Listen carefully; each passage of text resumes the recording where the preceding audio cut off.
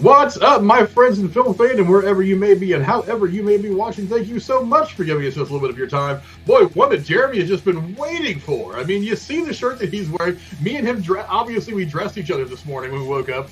But talking about one of the great comic book characters of all time, one of the great comic book movies of all time in Batman. And, of course, who else would I have here with me but my hetero life mate, Jeremy? What's up, brother? Not much. I'm glad we're back on track here with Batman. So, it's worth the wait. I mean, I would have totally watched it again. You know, it's one of those, just like we talked with Superman, it's like one of those kind of like first steps into getting a more of a dark, gritty Batman that we all have come to know and love or hate. I don't know. Whatever your opinion is of Batman. So. Yeah, I've watched this movie twice in the last couple of days. And I was just like, God, this movie's still good. But, and of course, with us, as always, the Dowager Countess, Lady Cora. How are you tonight, ma'am?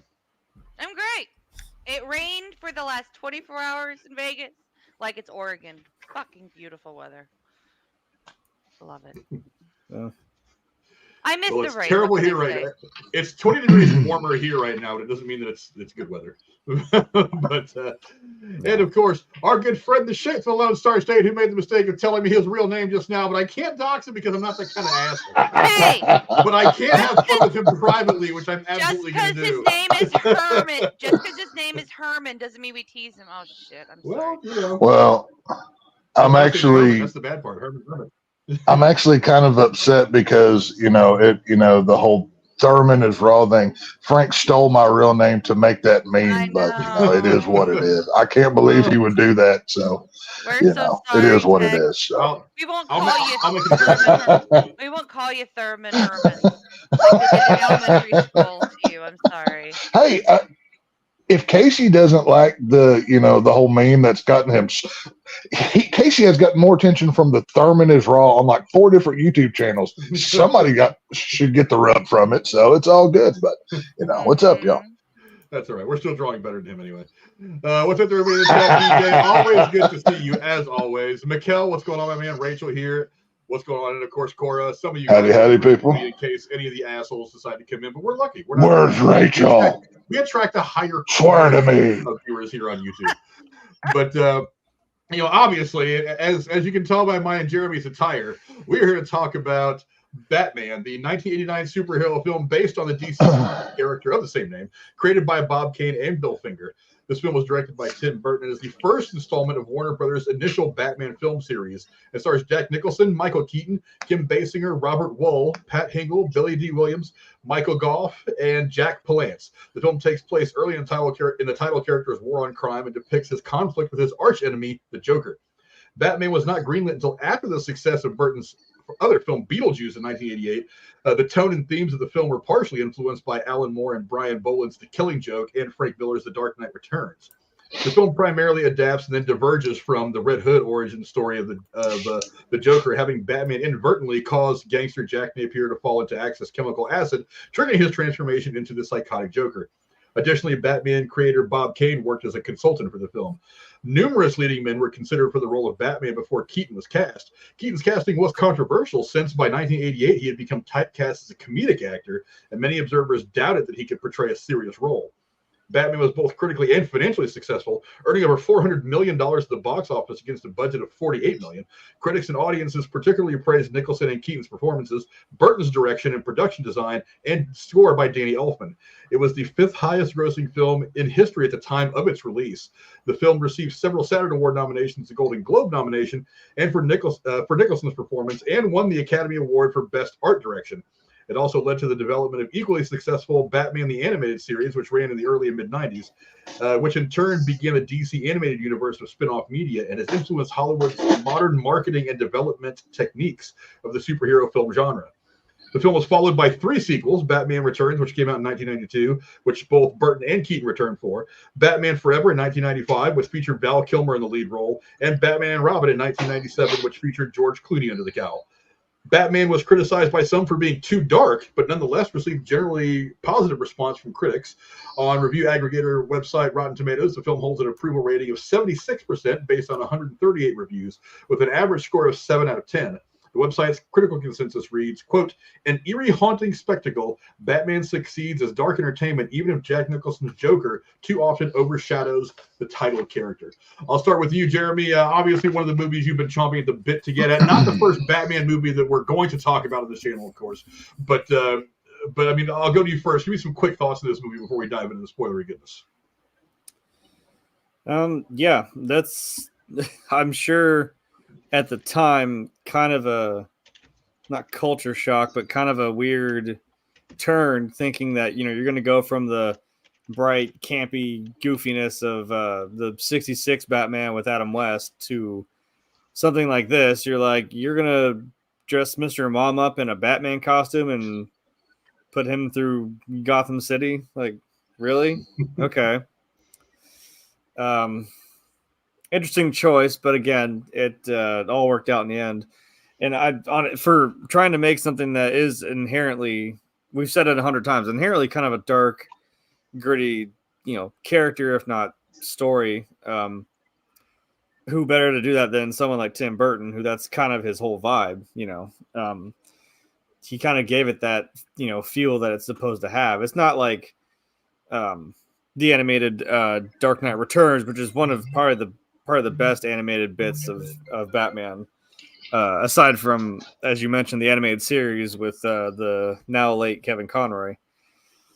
Honestly, this was, yeah, like I said, this was a good start to, like, you know, soon we get one of those amazing sequels in Batman Returns where, yeah, Batman definitely did kill some people. He definitely killed some people in this movie too, but, you know, that's, we're not to that point where we start talking about morality yet. So whatever, man. You got like twin, like 50 cows mounted on your Batmobile. I don't think you need to be asking questions. So yeah, it's a great movie. And it's honestly, like I said, I wouldn't have been mad watching this more than once at any point.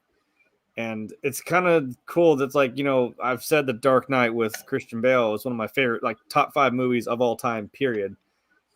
It's funny that there are a lot of similarities actually between this movie and that movie, like even just visually, you know. So yeah, this is kind of what started this, and the animated series is what kind of started my love for Batman. So I got to give How credit old were you when credit's you due. first saw it? This one? Oh, Yeah. Holy crap. My mom's in the chat. You would know. It's probably you that probably showed it to me, to be fair. Did it affect you the first time you saw it when you were a kid? Like, was that, is this what drew you into being a big Batman fan, or did that come later? I mean, it obviously culminated because I was in like middle school and high school when the Christian Bale movies came out.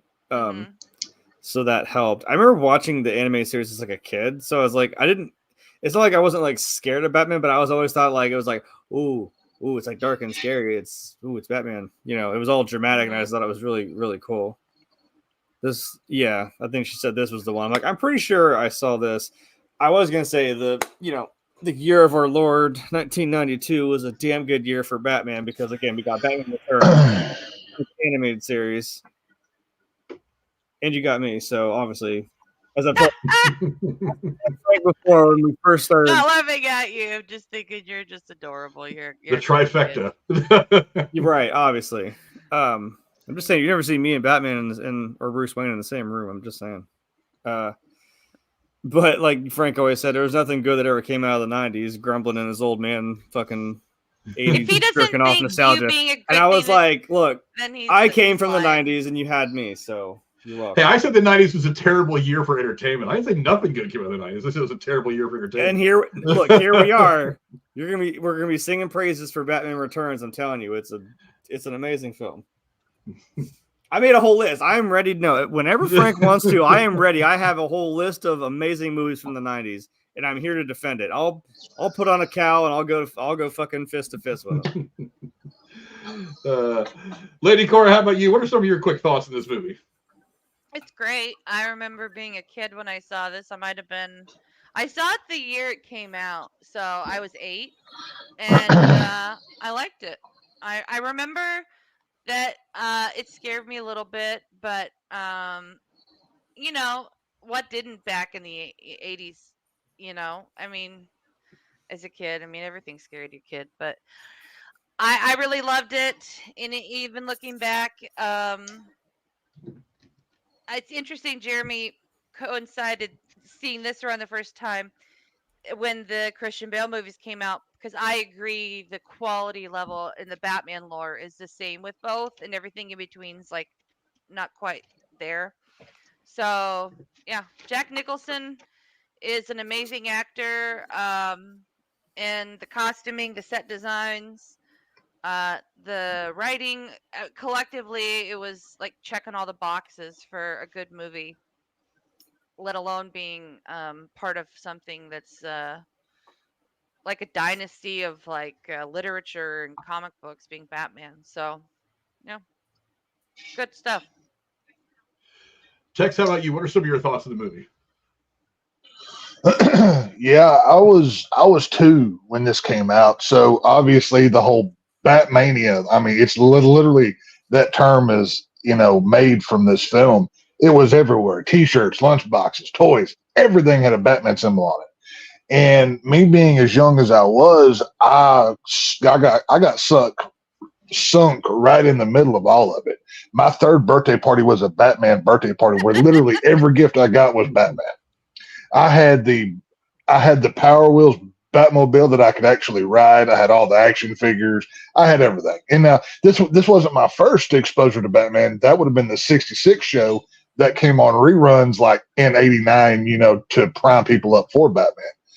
But the older I get and the further away I get from this film, the less I like this movie. Like, I appreciate the nostalgia, but the further away I go, it falls further down my list for me, which, I'm probably in the minority on that, but it's one of those movies that has to be respected, especially in the comic book lore. But for me, it's just not what it was as a kid. You know what I mean? So, we all age differently.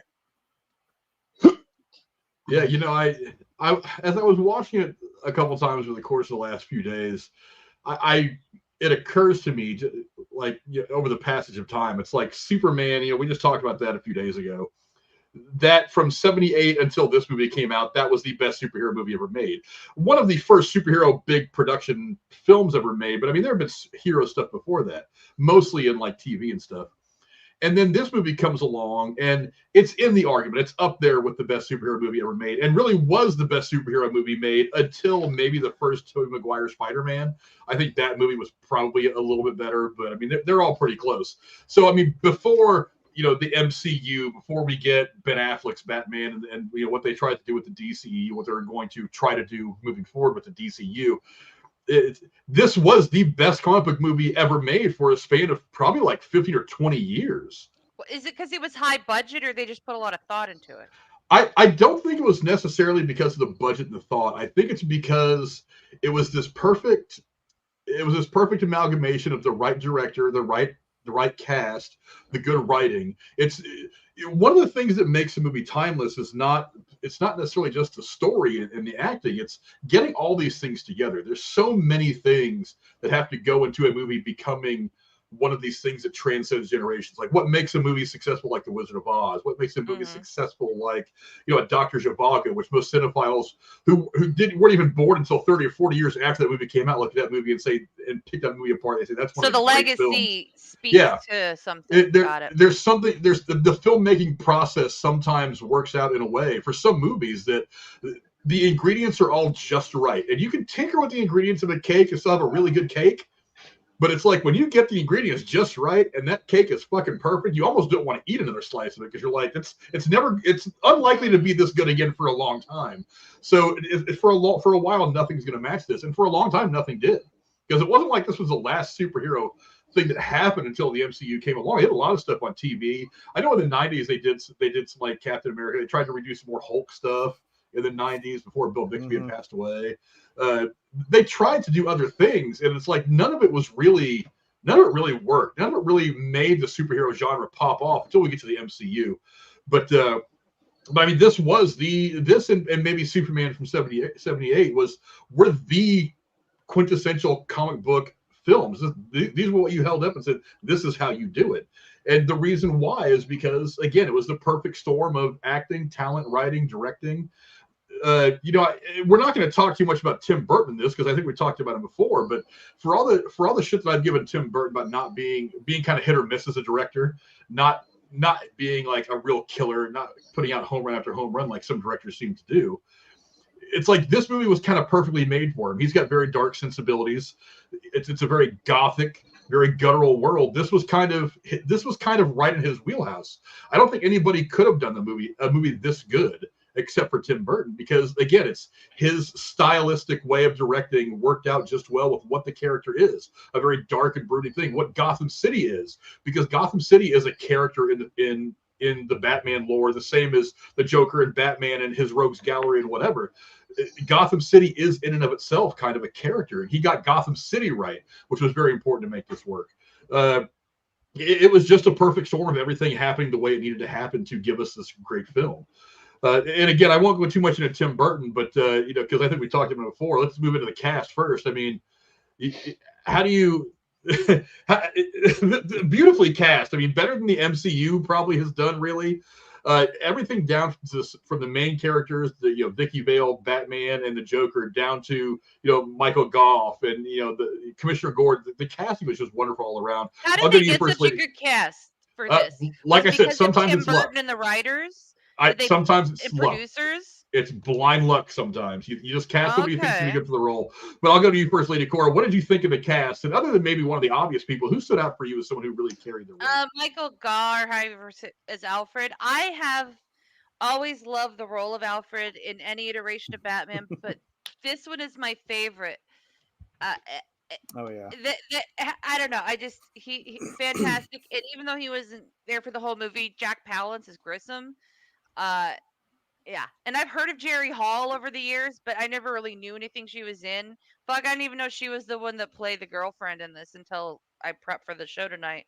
So, because wasn't she married or dating somebody famous? It was like a big, expensive divorce or something. I don't remember. You could say that. She was married to Mick Jagger. That's it. Okay, yeah, that would explain it. He was kind of famous, for a while. The little indie band, whatever it's called. Billy Dee Williams. You may have heard of the guy, Just one of those. I never really listened to that band, so I don't know. But Billy Dee Williams. I'm a Stones fan. Cool. But Billy Dee Williams, he was great too. I mean, and Robert Wuhl, the guy who worked with Kim Basinger's character Vicky, he's funny as fuck. They were all good. I couldn't say, but I'm kind of partial to the Alfreds in the Batman movies, especially this actor. So, yeah. I don't know. Tex, what about you? I mean, again, it's loaded with a whole lot of talent. People that were already very good at what they do, very well known. Who was somebody that stood out for you the most? Well, I was going to say Michael Gough, but I don't want to copy too much off of Cora here and pat her ego or anything. It'll just make me feel like we have more in common than we probably think. Well, obviously, Jack Nicholson is the answer. I mean, Jack Nicholson, if it wasn't for how good he was in this movie, it wouldn't be what it is. But I love his sidekick, and I'm sorry I can't remember his name, but Bob the sidekick. For some reason, I always liked that guy. He's a character actor dude. You've seen him in 1,000 things. He's got like that goon type face, and he's never been the leading man in anything, but he's always been a working. Is his name. He's been in so many things. Like he's got one of those presents that you see him and you know him right away. And I mean, whenever the action figures for this movie came out, of course they had a Batman and a Joker, but they had the Bob action figure. I got so excited for that. I don't even know why. It was just a guy in a black hat with a coat on. It wasn't anything fancy, but Bob for me was always cool. And I always wanted one of those Joker jackets that he had with the face on the, one of those other jackets on the Joker stuff. Yeah, those. I mean, I don't wear leather much, but that's something like you hang on the wall or something. But yeah, Bob was always cool for me. I always liked him. Yeah, this cast is just loaded. I mean, one of the things that's great about somebody like Jack Palance, though, and he's the one that, as I was watching it again, I just God, I miss Jack Palance. I mean, he's got a screen presence. He's a great bad guy, but at the same time, he still feels like your grandfather's talking to you when he's on screen. Oh yeah. He's one of those guys, maybe not as pronounced as a guy like John Wayne, but he has that very unique voice. Like as soon as you hear him say a syllable, you know who it is right away. You're like, that's Jack Palance. I've heard him in a million movies. That's Jack Palance. He stands right out. But I mean, for me, and look, I hate to go for one of the main characters, but it can't be understated about how so many people thought that Michael Keaton was just going to brick in this role, that he was not going to be any good. Oh, he's a comedic actor. He had just done Beetlejuice. And you really want Beetlejuice? Or was he really pulled into it and asked to do it? Well, I mean, look, he had done stuff before this that was comedic, but not necessarily like not Beetlejuice level comedy, like that kind of thing. I mean, he had like Gung Ho. I think it's like one of the classic '80s comedies. I don't know if you guys have ever seen that or not. It's a comedy, but it's got some serious undertones to it. I mean, it surrounds this auto manufacturing company that was bought by a Japanese company, and like most auto companies, it's like the main employer in this small town. So there is this legitimate fear that things are going to change drastically and financially for this town and ruin the town. And so while it had that at the time in the early 80s, it had a very significant tone for something that was actually happening in real life. It was still a kind of a comedic take on it.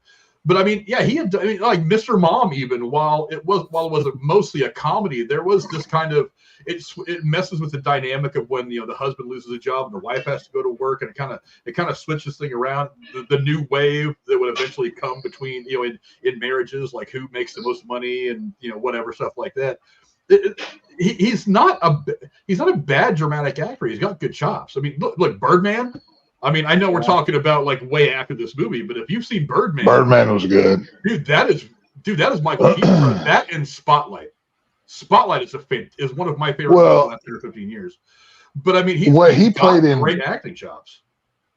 What he played in Birdman was kind of like a spoof on himself, and I mean, when you in a manner of speaking, right, right.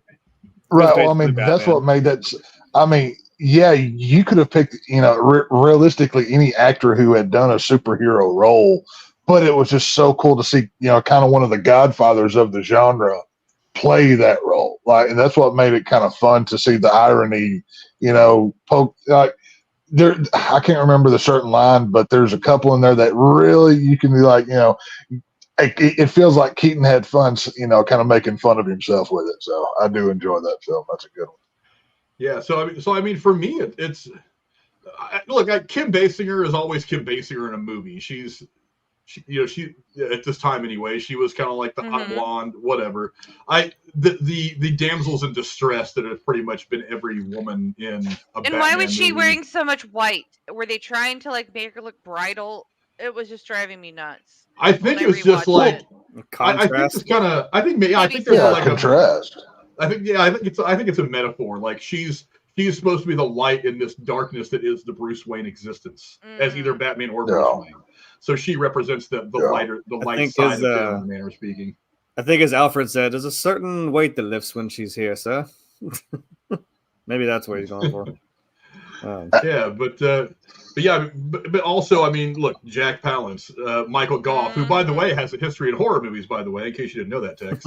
Yep. I know. I'm very aware. I'll talk in a trivia about a list of people who could have been in this movie playing different roles.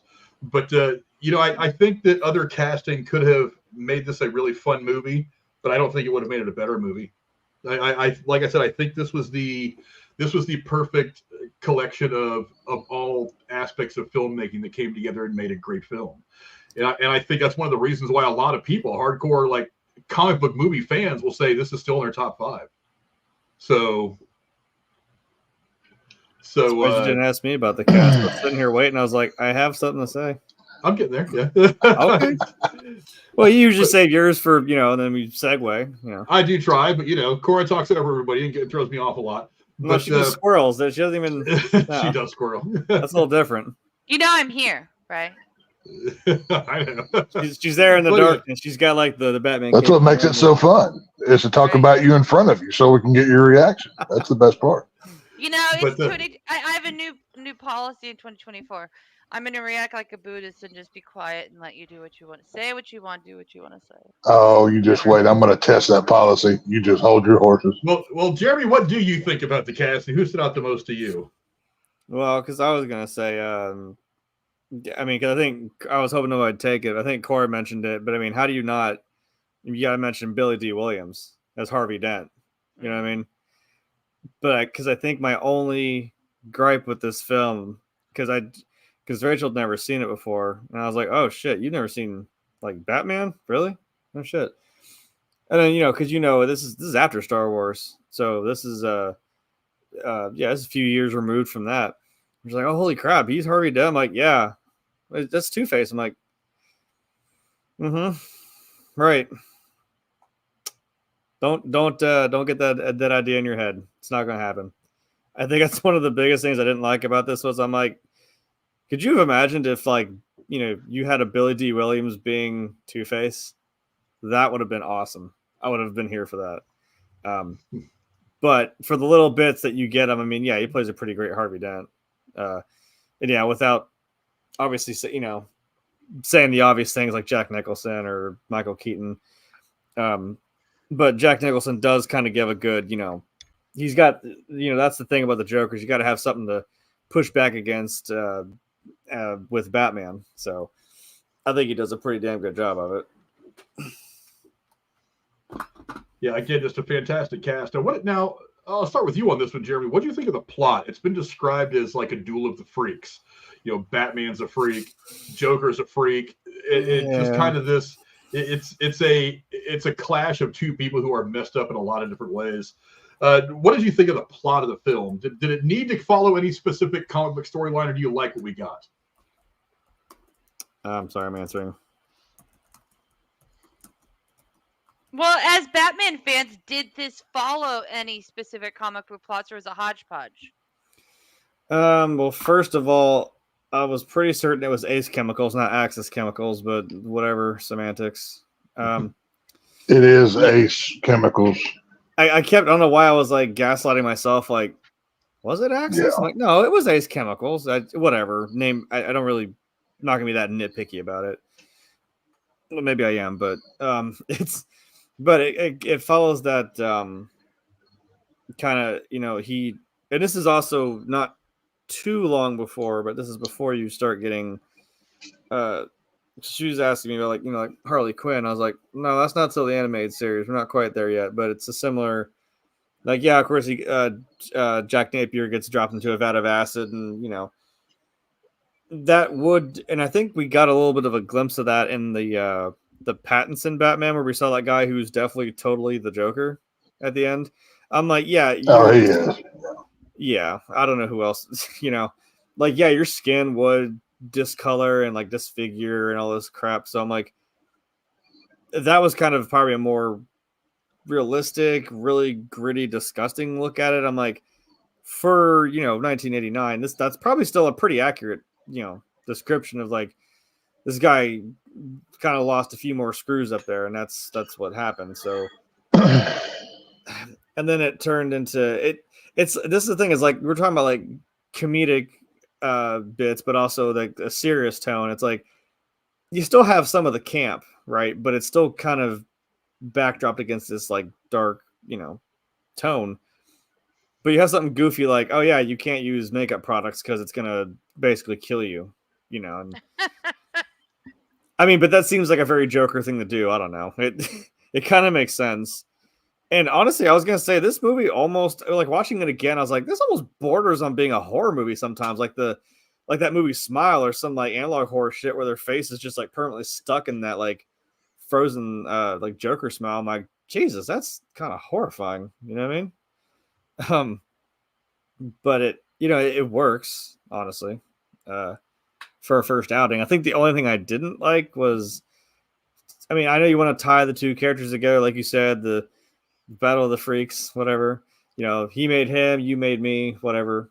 It gives them a nice, weird tie-in, a weird kinship, but I'm like, okay, he didn't kill his parents, but whatever, who cares? Sure, do your thing. It's the first of what 17 million versions of how his parents died. I know. Look. It's usually all the same version. That's one of the reasons why when it came to the DCEU and Affleck's Batman, that they didn't want to spend a lot of time going into the whole origin story. They're like, we've seen it 1,000 times. His parents are killed in an alley. It turns him into it sends him him becoming Batman. Yeah, we get it. Can we just get to the movie now? And it was getting a little overdone. You know what I mean? Yeah. Like we get it. Pearls on the ground. Him crying. Yeah, you got to do the classic. Yeah. And honestly, I mean, I don't know who that guy was that played the young Jack Napier, but I'm like, damn, he could have made a really good Joker. He's got that real big, like, expressive smile and evil like look on his face. But just for, I guess, simplicity and kind of keeping it all together, I can overlook that. Yeah, it's not just some random, what was it, Joe Chill or something. This random thug just kills him in the street. But that's kind of the thing, is like, it is just a random senseless act of violence, in Gotham. And that's what, that's what kind of still makes it tragic. You're just like, oh shit. Like we talked about with Tobey Maguire's Spider-Man. It's like, yeah, it is just some random car thief just shoots Uncle Ben. And then that's the end of that. And yeah, you'd want to probably go find that guy. But yeah, revenge isn't going to make you feel better, but whatever defines you as a hero, I suppose. Yeah, Cora, what do you think of the plot of the movie? I know you're not as read into the comic book stuff, especially with Batman, as Jeremy is. But I mean, just as kind of a casual observer of the genre and of the character, what did you think of the plot? I liked it. I like this. Right, I was a young kid when I saw it, and even as an adult, it still carries and it keeps you moving. You don't get bored. There's nothing totally ridiculous where you go, come on, because it's Batman, so there's a lot of comic quality to it that you just write off a lot of the that wouldn't work in real life stuff. But I liked it, and I think the plot moves well. I think storyline's good, and they don't automatically make the bad guy. He has to work for it. Batman doesn't have such an upper hand where it's unbelievable, and the bad guys actually have a presence where they, show what they can do, and they don't seem weak or too ridiculously strong. It's well balanced. So I would say it was a good portrayal of Batman. Yeah, Tex, what do you think? Again, not an overcomplicated plot. It's basically just Batman versus the Joker, but it really is it's another round in the eternal battle between these two insane forces. What do you think of the plot of the movie? Well, I mean, for one, it's not overcomplicated because the writer's strike in '88 happened right at the end while they were making this movie. So when you go back and watch it, like on the back half of the film, the writing is like, you can kind of tell it's not necessarily the same par as it was on the first, because they were rushing to get it done. But I'm kind of a Batman purist. I've obviously, like I said, I've grown up with Batman, which basically everybody else has as well. But Joe Chill kills the Waynes. Jack Napier is not Joker. Like, that was made up for this movie. Joker is best when you don't know who he is. That's why The Killing Joke is one of the greatest Batman comic books of all time, because he's just a comedian. You don't know who he is. He's not Arthur Fleck. That's not Joker either. Joker is best when you don't know. He is the antithesis of Batman. He's like a Michael Myers. He's just evil. He's just evil because he's evil. And, I'm not taking anything away from Jack Nicholson, because, I mean, obviously he kills it in this movie. But obviously I know they made changes. And even though they had Batman creators in on the script, that's a couple of the big reasons why this hasn't aged well for me, because it just, at the end of the day, doesn't really matter. No, anybody could have killed the Waynes, but I mean, I'm surprised that they didn't have AC/DC who made in the soundtrack for this movie, because you got one making the other that makes the other, and they just go back and forth, and it's a chicken and the egg situation. Mm-hmm. But I mean, the plot works for what it is, but for me, it's it's very simplistic, which when you look at other Batman films that come later on, like a Dark Knight or a Batman Begins, whatever, and you measure them. This one, the plot is very simple. It's like they took a script from the 66 show and just made it edgy. It's kind of what it feels like at times. Instead of poisoning the fish, he's poisoning the hairspray and the lipstick and the mouth. It's very similar in that tone, but it works for what it is. And I know I'm in the minority. I've probably got people screaming at me right now for talking crap about this film, but it is what it is. So it works, but I would have done differently, I think. So. Yeah, I don't so much mind the plot. Like I said, I mean, Tim Burton, look, there were some things in it that I would have done differently for sure. I wouldn't have given Joker a bad story. I agree with Tex. I've said it a bunch of times. The best versions of Joker, you don't know how he became how he was. He just is evil. And not knowing why he became evil makes him feel a bit more, it makes him a bit more scary. I do like the little bit of a horror aspect about some of the visuals maybe, but not necessarily a horror feeling, horror looking maybe. Like when the two models and the newscaster girl dies on camera, I think that's kind of funny. But yeah, it's again, this was a plot to me that just fits Tim Burton's style, because if you look at his other, some people think his magnum opus is Beetlejuice, then that's a very eclectic, otherworldly kind of thing. Even though it takes place in a small town in Oregon or something like that, wherever the movie takes place. It does feel kind of strange. It doesn't feel like it exists in our world, especially when you're looking through the door to the sand monster, jumping around whatever sand world he's in, that kind of thing. And because you had to create a different world, because Gotham City, at least the comic book kind of version of it that he tried to give us in real life, is a very gothic, very different kind of place. It's almost not steampunk. What am I thinking? I'm thinking like it's something straight out of the 50s or 60s that kind of just exists in what would have been the modern world in 1989. Something like that.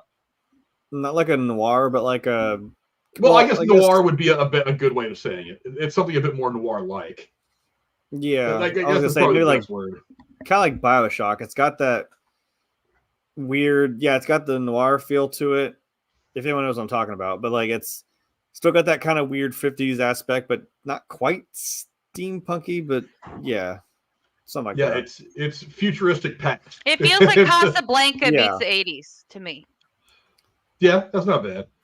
But because I mean they do kind of dress up in like the they got the trench coats and the suits with the big and the restaurants and the streets and the buildings all have that kind of little vibe. diners, and it's still kind of, that's why I appreciate it, kind of had like almost even like the 30s feel of like the comics, and even going into the 40s they're all dressed up like freaking Dick Tracy, and I'm like, yeah, see, I can appreciate that. Whatever, it's Gotham, and but it still feels like it's probably modern, 89 modern day, but yeah, it's like a place all to itself, which is still cool.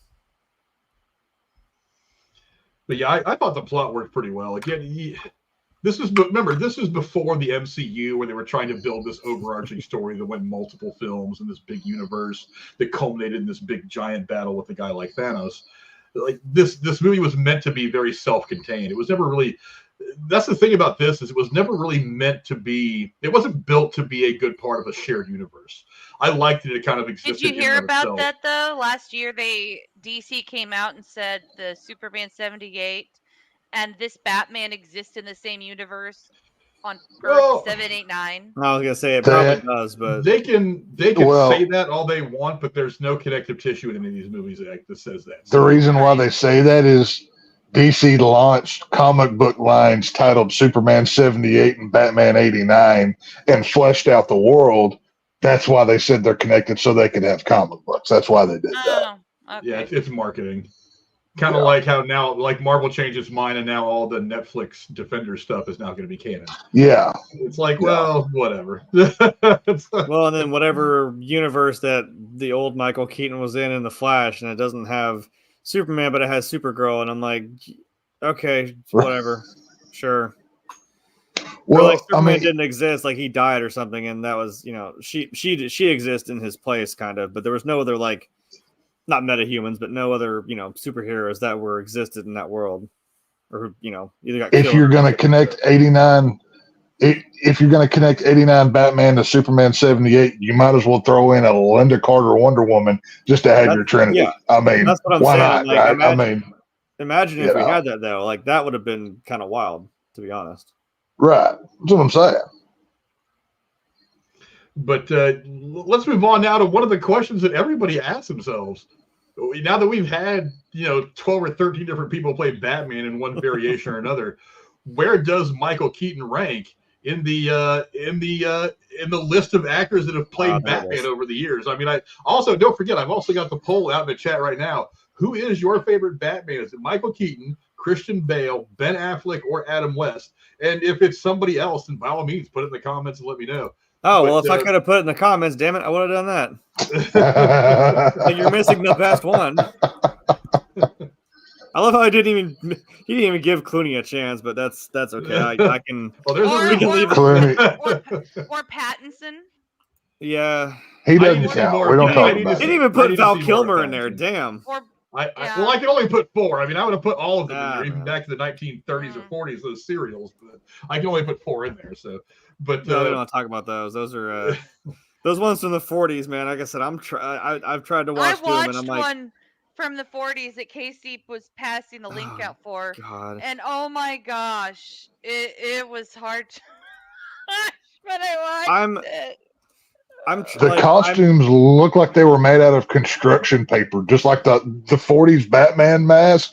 It looks bad. It looks horrible. That's not even the problem. If we ever try to review that, I'd say review it as a whole. Maybe like do the 43 Batman and the 49 Batman. We can do the 60s Batman too. I'm down for that. But the costumes, we got Dr. Nick fired up over there. Oh, I know, I see it. We're to have a superhero beatdown of every Batman in the ring. We're about to have a nerd fight. It's going to be great. Yeah. That's not the problem with the ones from the 40s, man. It's like I'm trying to understand them. I know in the time it was made, but I'm like, this shit is so blatantly racist. It's not even funny. I'm like, God, this is hard to get through. Whew. It's very in-your-face patriotic because remember, it's during the war, so it's during World War II. I'm waiting to see the 49 Batman because that's post-war. I'm like, I want to know how different it is because holy shit. Just watch it for yourself. Yeah, but you can't judge. Don't do that thing where you judge yesterday's art by today's standards. Like, no, I'm not. That's what the world does. You know what I mean? I know. I'm not trying to. I'm just like, I understand why we're doing this and why the bad guy is who he is. Right. But I was like, Jesus, this is just kind of propaganda dressed up as Batman. Well, it really is. That's no different than putting Hitler being punched out by Captain America on the front of a comic book either. It's the same thing. Just, what are you going to do? Punching Hitler in her face. I mean, that's more, that's pretty deserved, I guess. But I don't know, man. Well, there was also a time when everybody and their brother was making patriotic propaganda films. Look at the stuff.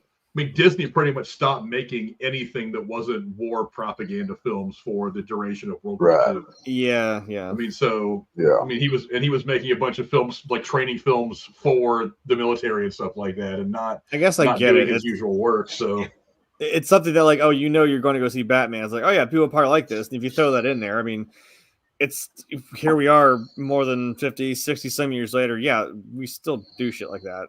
So it never changes. I mean, that's how you get people to get the message out there.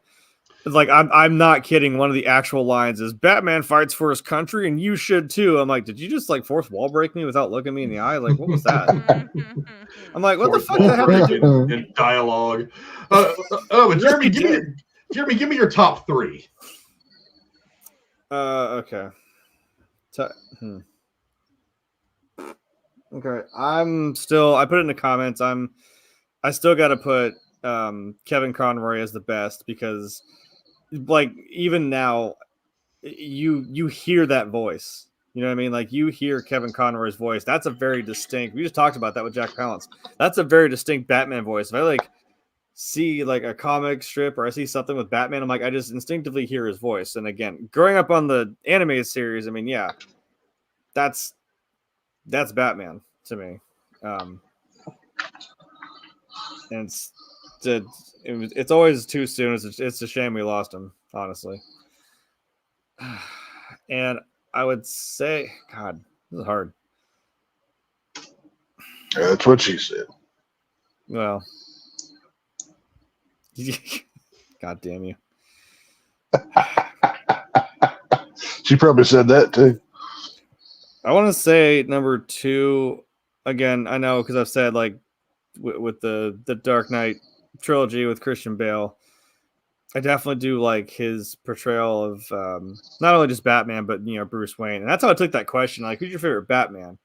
Because I'm like, yeah, you can talk about Clooney. I'm like, he makes a good Bruce Wayne. He's the suave, He was a better rich... doctor on the ER. Let's be honest. Okay, well, yes, but he plays like the cool rich guy. But I'm like, yeah, but you suck as Batman. You know what I mean? Yep. So I try to take it as like from a retrospective Batman, and I think Christian Bale does both pretty well because being a method actor, he understands that they are two different people, two different entities, and he plays them as such, which is pretty cool. You got to have that dichotomy. I guess I could still at least put Keaton in the top 3. Just, yeah, he's getting nostalgia points, but also, again, something that started this whole thing off. I'll put Keaton as 3. Have you started asking me which Batmobile is the coolest? Like, you're really gonna mess me up because then that's a whole nother. They all have really cool features and interesting designs. I don't know if I could line up the Batmobiles and pick a favorite one. They're all because I would say awesome. Keaton's Batmobile is one of my favorites. Period. So I mean, I hate that I said it, but like I know it's not Keaton, but like, what he says something in the movie, and I'm like, it's the car. Chicks dig the car, but. Yeah, that was Kilmer. Yeah, yeah, I was like, chicks dig the car. Yeah. But we're not going with that rainbow Batmobile. That's nobody's favorite answer. The glowing neon internals, no, that doesn't count. I'm sorry. That's it. Yeah, that line is one of the reasons why I hate that movie. Yeah, that's the only reason. I mean, my God. Yeah. So it's one of the many reasons. I'll suffer through the Clooney and the Kilmers. I mean, I don't mind. It's entertaining. I could go with that. But Cor, I don't know. How about you? I don't know how many of these Batmans you've seen. I've only seen clips of the stuff from like the 40s, but I've watched all the rest of them pretty extensively. What are your top 3 Batmans, and where does Keaton fit into that? I would say Keaton is a type for Christian Bale, and the rest I don't care. They're all right.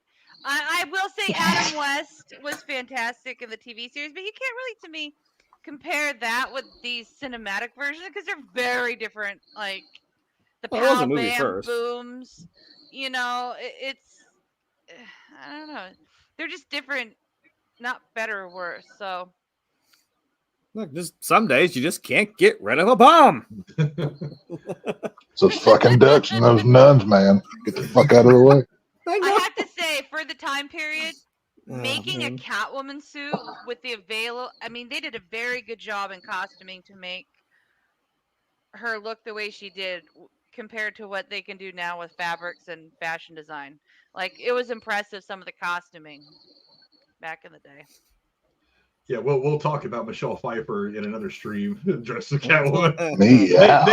The one thing, all the times you've seen Catwoman on the screen, the one thing they've never really gotten wrong is the skin tight outfit. As long as you put the right girl in it. Oh, I'm convinced. Please, thank you. From Star Trek on why am I blanking? Deep Space Nine, where the one woman wore the suit all the time. No, it was Voyager. Was that Voyager? That was all the Star Trek. Never watched Star Trek. I don't know. Whoever Seven was. Jerry. Oh, okay. Jerry Ryan. Yeah, Jerry Ryan. Seven. I'm convinced that is based on Catwoman. Like somebody in that Star Wars, right? Her outfit looks so much like Catwoman to me. But well, and the fact that Michelle Pfeiffer did that shit with the whip in like one take, I'm like, all right, you got me. Oh, I know we're going to talk about it in a few months, but I can point at Michelle Pfeiffer Catwoman as a pivotal point that changed my life, that got me to where I am today. So thank you for that, Michelle Pfeiffer. So it's all good. See, Batman is out here helping everybody. He's making differences. He's making difference in lives, David. You're out here changing lives. But Tex, what do you think? I mean, where does Michael Keaton rank in the list of Batmans for you, and who are some of your favorites? I can't put him any higher than 5. I'm not crazy about Keaton Batman. I know that's sacrilegious to say, but he's better than Keaton. He's better than Clooney. He's better than Pattinson. I don't even put Adam West in the same column because that Batman, you can't measure Adam West Batman against the modern day, I'm, depressed and gloomy. That's a whole different thing. But if I had to go top 3, I'm going to go 3, Peter Weller. Obviously, he played RoboCop.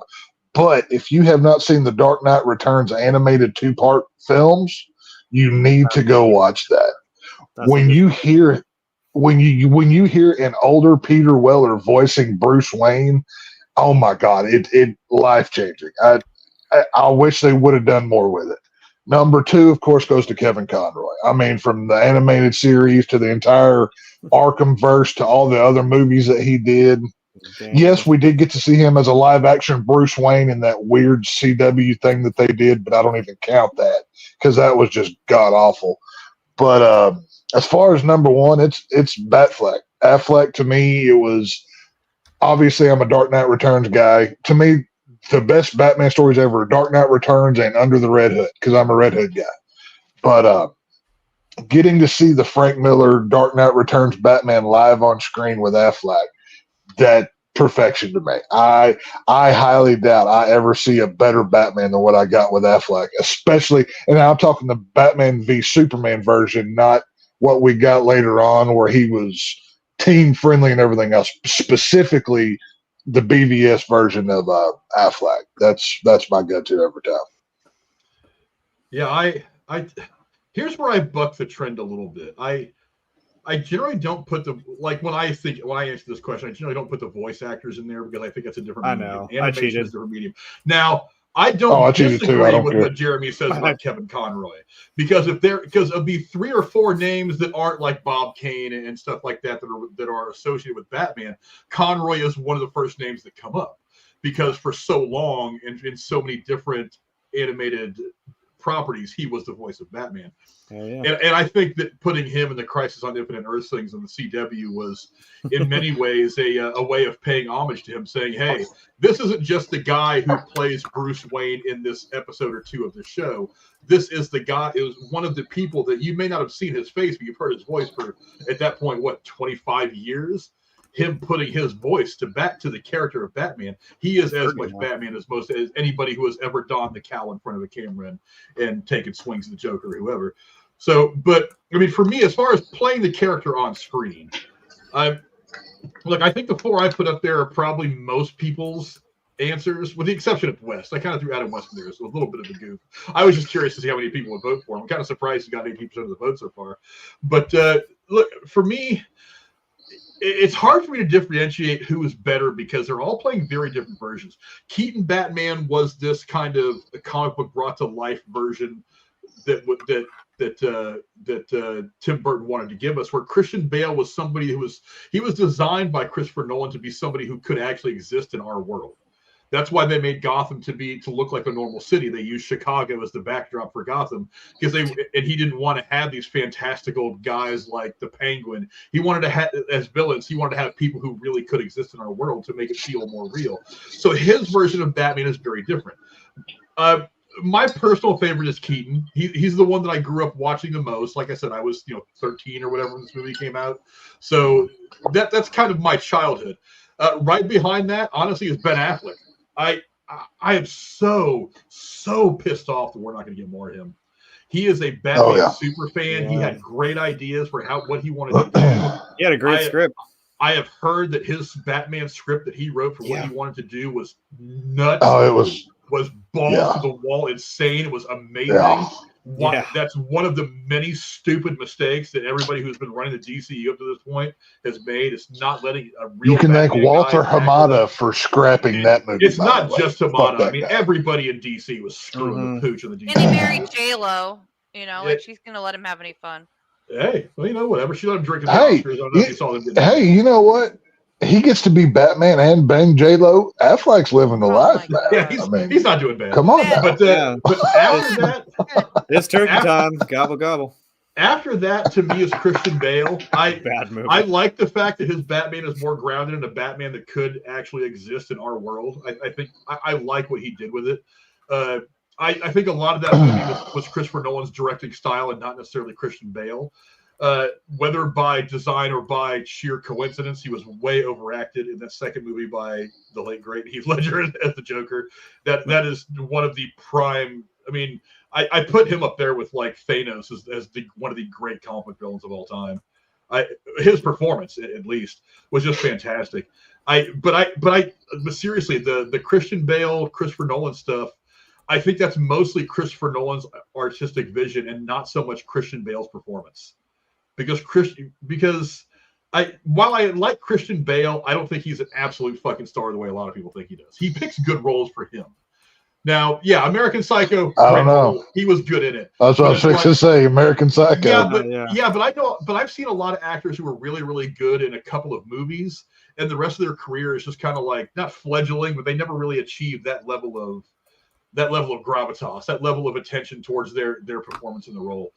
And then behind that, of course, is Adam West. I love him. How could you not watch that and be entertained? I mean, yeah, it's goofy, it's campy, it's 60s, it's whatever. But I mean, think about what TV was in the 60s. I mean, we were getting the Brady Bunch, we were getting all the kinds Partridge, of the Partridge Family, all kinds of flowery shit. I mean, of course, we were going to get that version of Batman.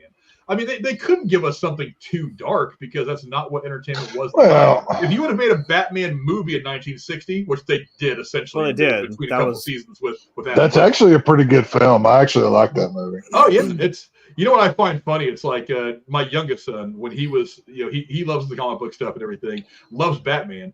I showed him the Adam West Batman thing because at the time he was younger. I mean, he's 17, he's 16, 17 now, but I mean back then he was 8, 9 years old.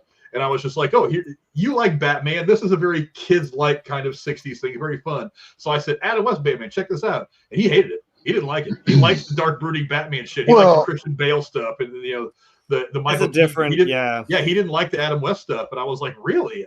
At the time, he was like 9, 10 years old. I was like, I thought this would have been right up your alley. At that point in time in the comics, you had the Comics Code of America. You couldn't even have your heroes punching somebody in that era. That's why the Dark Knight Returns and the Killing Joke and once those books came around, they had gotten rid of the code where heroes could be whatever. Go back to that time of Adam West Batman. You had a different kind of comic. It was more spacey. It was more science fiction than it was, crime stories or whatever. So that reflected what the Adam West and I mean, you can look at the Dark Knight Returns on the comic side and this film as that opened up the world to the grittier gothic, more gothic dark side of stuff, of seminal changing of the guard, you could say. But I mean, that's why Adam West was so different. I mean, hell, Batman is telling people to drink more milk and don't drink alcohol because it turns you into a blah, blah, blah, or whatever. Hell, that's propaganda right there, too. For his country, and you should, too. Yeah. Now, I do have to question, couldn't Batman have given the 66 Robin pants? That always bothered me. Like, why is he going around in little, just saying. We didn't know about Bruce Wayne. He liked to see that teenage. That's the whole reason that they had to create. That's the whole reason that Batwoman was created, just so they didn't think Batman was gay anymore. That's the reason her whole creation was made. So, it is what it is. But whatever. Hey, just give the kid some pants. You look weird, Batman. Come on. Also, I want to say, I've seen in the chat already, and Texas said that the Robert Pattinson Batman isn't very good. Again, I want to remind you guys of something. For one, this is the most different version of Batman we've ever gotten on screen before. We're actually getting the young. No, it's Batman not. It's a watered down version of Christian Bale. We have never ever gotten anything close to Batman Year One. Every Batman that we've ever seen has been Batman when he's been a crime fighter for a long time. We've never seen Batman when he's fumbling around as the young Cape Crusader, not understanding what his role is, how he wants to do things. We got that in this. We got Detective Batman more than we had ever gotten. Yeah. The detective aspect of Batman has been virtually ignored in every iteration of Batman up to this point. Yeah. They focused on that a lot because that's his nickname, is the greatest detective alive. He was in Detective Comics. And outside of the comic book realm, they have never, ever approached that aspect of the character before. Because the interesting thing about Batman is that he's not Superman. He doesn't get his power from Earth's yellow sun and can fly around. He's not Wonder Woman, who's Amazonian and is bred to be a god and has the golden lariat. He's not Green Lantern, who has the power of the ring. He is a god. Look, that joke in that Ben Affleck says when he says, "What's your superpower?" Yes. He goes, "I'm rich." I'm rich. That's not just a joke. That's real talk. Fucking Bruce Wayne is just a human man who happens to have these means to where he can create himself a bulletproof suit. He is not bulletproof. He is not uninterable. He can't run faster than a locomotive and leap tall buildings in a single bound. He can't just create shields in front of him with a ring. He is extremely mortal. So to put yourself out there the way he does, throw yourself off buildings, then turn around and shoot in the grappling hook. I mean, this would be another day walk in the park for Superman or anybody else. But for Bruce Wayne, if he misses one time with that grappling hook, that's it. He's laying right next to Joker. I'll agree. I'll agree on the detective part, but as far as Batman Year One goes, we got that in Batman Begins. The whole middle part of that film, once he returns from Ra's al Ghul and everything else, to the level that we got it in the Batman. No, it's not to the level. His shit real by the end of that movie, it acts like he's been Batman for 15 years. Right. No, I agree. No. The whole timing of the Dark Knight trilogy, how he's Batman, then the Dark Knight happens. Like, he's only Batman for like 6 years. I mean, when you really look at that whole timeline. But we have seen the Year One-esque version, and we even got a year one type Catwoman in Dark Knight Rises. That's very much a take on that kind of the character. But Pattinson, he's just. And I'm not even talking Twilight stuff. That's cliche, and I'm not going there. I just don't think he's good for the role. He doesn't look like a Batman. And I'm not saying every Batman has to look like Affleck, but go to the gym, dude. Do something. He doesn't, whenever I look at him, he doesn't seem like a Batman to me. He looks like more of a Nightwing or one of the Robins or something. That I can believe. Just with a personality change and that body style, yeah, you've got a good Robin. But to me, he doesn't look like Batman. He doesn't feel like a Batman. He takes the whole dark, gloomy thing further than he has to, and he's just an emo sad boy. You know, my apologies, Jeremy. And he just stays there. You know what I'm saying? That's my problem with Pattinson. He doesn't. I don't know. He doesn't flesh it out though. No, that's not the whole point. That's half the point. Christian Bale got it right. Yeah, he is the depressed. Because he looks like he's 30 years old and he's like 250 pounds of fucking muscle. Of course. No, I'm not even talking physically. But it feels weird. Like, I know what you're saying. All of a sudden, he's just Batman like fucking next week. I'm like, yeah, what? Okay. Well, he has one slip. I mean, like, okay, but he at least Pattinson at least kind of gave it a more. If he was like in his early 20s, he's not there yet. He's not still the young Bruce Wayne that lost his parents. He's not quite like a Dark Knight Batman beating the absolute shit out of everybody he sees. So that's your awkward in between stage of like, yeah, I don't know what I'm doing, but I'm trying to do something here. Well, and to be fair, we've only seen one version of Pattinson so far. Maybe in the Batman 2 or whatever they call it, we'll see a more fleshed out Bruce Wayne side. Because Bruce Wayne is the mask. Batman is the character. Maybe we see him grow and then he becomes more of the playboy type, the whatever. But to me, it's just Pattinson. Everything about the Batman. Yeah. To me, everything about the Batman film that Matt Reeves and Pattinson did is watered down Nolan trilogy. I can look at everything in that film and show you a better version that they did in the Dark Knight trilogy. That is my issues with it. It is just copy and paste. It's like you're cheating off your friend's homework, but you change it a little bit so you don't get caught. That's what it feels like to me. That's what every movie is. Well, I think the irony here of what we're saying is like, remember, it's 1989 and Mr. Mom is Batman. You're like, what the fuck? Really? This dude? 5 years ago, he was married to Terry Garr, and she had just taken a job as an ad executive. Right, and then what the hell happened? And then like Texas saying, but then Batman Returns comes out, and it was just like, whoa, what the fuck that was awesome. You know what I mean?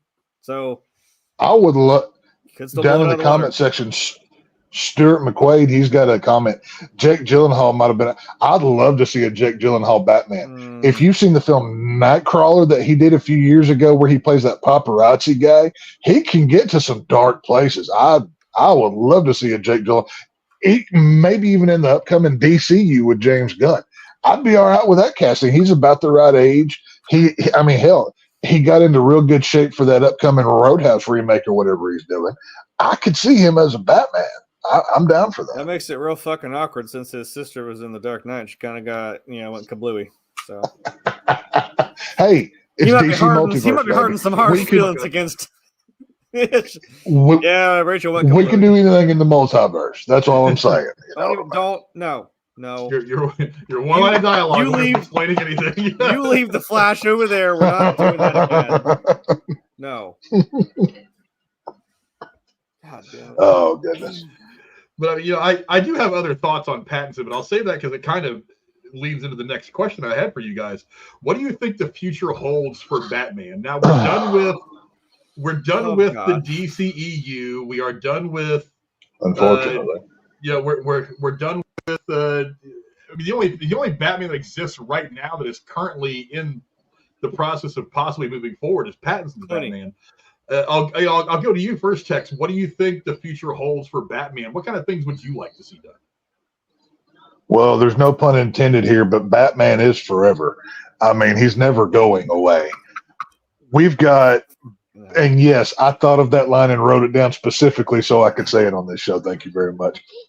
We've got Batman. I knew we were going to make. Look, we're going to make so many Bat puns. I was when he said the 60s Batman. I'm like, right, same Bat time, same Bat channel. Like I knew we were going to. Well, we've got Batman Brave and the Bold.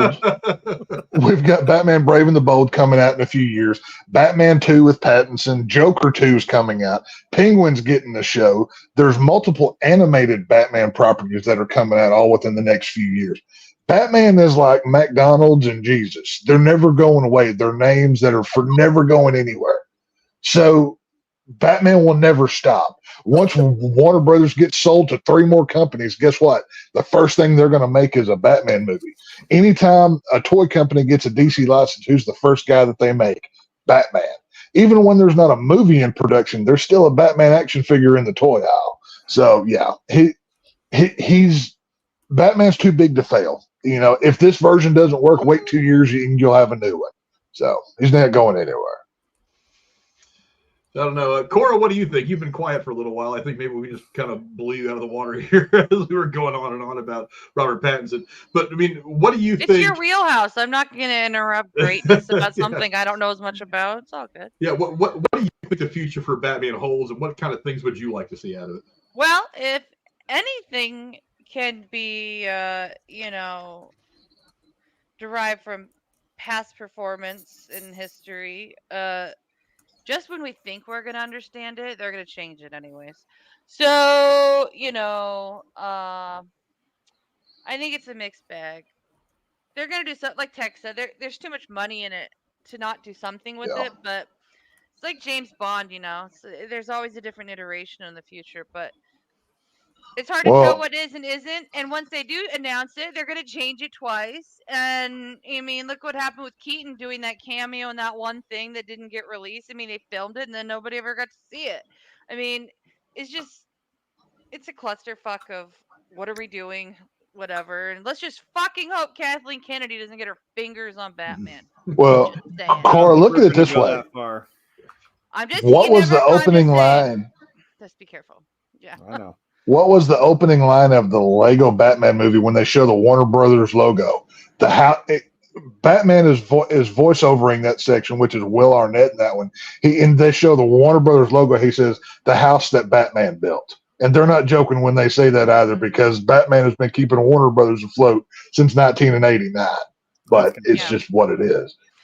My biggest worry is Kathleen Kennedy getting her fingers on it, and the second is them going all PC and making Batman a girl, and well, we already have that, so like I don't know what. Well, I'm just saying, changing the whole like lore. I know what you mean. A little more PC. It's just like let something be what it fucking was originally. It's only a matter of time before Batman is lame and gay and probably a chick. I mean, South Park got it right once again. Chick, get it, make it gay. So. There's nothing wrong with people being gay, and it doesn't make them lame. Oh, I'm not bashing anybody. No, I'm just using a funny South Park joke here. That's it. That's all I'm saying. Park, so I don't know what it means. Oh, then there you would like this episode. They took fucking every shot at Kathleen Kennedy. No. Oh yeah, it's funny as shit. No, I don't do South Park, but that's okay. That's a boy thing. It's all good. That's one of the things I like about South Park and Family Guy. They don't take sides; they just beat up on everybody. No, they made fun. They make fun of everybody equally. They took our jobs, making fun of the redneck guys. They make fun of everybody on South Park. It's great. Yeah. It's awesome. But as for me, it's again part of my problem moving forward is we're going to have 3 different versions of a character on screen or on television at the same time. I don't think that I like that. I think it dilutes your product. It's going to, for some of the casual fans who aren't big time nerds who can kind of keep track of the different storylines in their heads, it's going to be confusing for some people. You're gonna see this Joker come out with Joaquin Phoenix, the Joker Folie à Deux, and then you're going to see somebody else playing Joker. No, thank you. And you're going to kind of look at those and go, and the casual fans won't understand it. They're going to be confused. They may just be like, you know what? Fuck it. I'm not going to see any of them, which ends up hurting your money and ends up hurting what may be good performances. So I hope that we get no more Joaquin Phoenix Joker after this. I don't think they should have made a sequel to begin with. No. I think that first Joker movie was quite good the way it was. It was a beautiful artistic piece of a man slipping into madness. It just happened to be using this character that we all knew. As far as the Robert Pattinson thing is concerned, I want to see more of him, but I really want, if they make a trilogy behind Robert Pattinson, I want the trilogy to end with him transitioning from somebody who's figuring out how to be Batman to somebody who at the end of the 3rd film is now full-fledged Batman. He's got it figured out how he wants to do it, what he wants to do. He can decide, I want to try not to kill people, but, even Michael Keaton threw a couple people down that church belfry, and I'm pretty sure those guys didn't bounce when they hit the bottom. So they might have bounced a little bit, but they didn't come back probably up. Put airbags on them that were invisible. But, the holy bat airbag Batman. Holy bat airbag. But, I'm interested to see. Look, the one thing I really want to see about this whole thing with the Gunn Safran new universe happening is casting. If you don't hit the casting just right, you're going to be in a lot of trouble from the jump. Now, it's not to say that who they cast is going to be bad at it. Like, we've already talked about how Michael Keaton, they were shitting on them for casting Michael Keaton, and Michael Keaton ended up being most people's favorite Batman. But you not only have to nail the casting, you have to nail the story. You're in a position to where if you really want to not be shit on by your entire fan base, you have to hope like hell that you can catch lightning in a bottle the way that Tim Burton did with this film. And that's not easy. That almost always happens by accident. That almost never happens by design. So you need to make sure you're concentrating a lot on making every aspect of this next Batman movie very, very good. And like I said before, I get a little concerned sometimes with Gunn's penchant for relying on obscure characters. You can't do that right now. You've got to take the trinity of 2 of them, the best comic book people ever, the characters ever in Batman and Superman. You have to let those guys be your cornerstone. You can't have Polka Dot Man being the cornerstone that you build your DC universe on. That's not going to work. Or Peacemaker. Hang on, wait. You don't want Condiment King to be the villain in the Batman 2? Squirting ketchup and mustard on everybody? I do not want Condiment King. No. What? It's like Condiment King, fucking Great White. You want to do some obscure ones? I fucking got a list for you. How about what's that one? eraser head. He has like a pencil eraser on top of his head. There's another one of those weirdo ones. I don't want that. I don't want Scarface. any of that. What I want is, the one thing that makes things promising for me is that Gunn comes from the MCU where there was a lot of stability. There was a lot of, we can have 5 or 6 steps planned out, but we're only going to take one at a time. So we can say we're going to do this, this, this, and this, but this is the next thing up. So let's concentrate all our energy on this and make sure this is right. And then when we have that right, then we'll move on to planning the next thing while we're filming this thing that we've already done.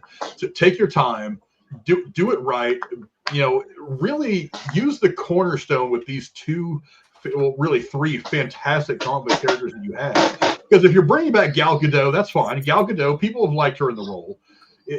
And I like what Patty Jenkins did with the 2 movies she was in. I like Wonder Woman 84 more than most people, but I understand that it wasn't as good as the first one at all. I understand that it wasn't as good as the first one. I mean, I'll openly admit that. The first one was much, much better.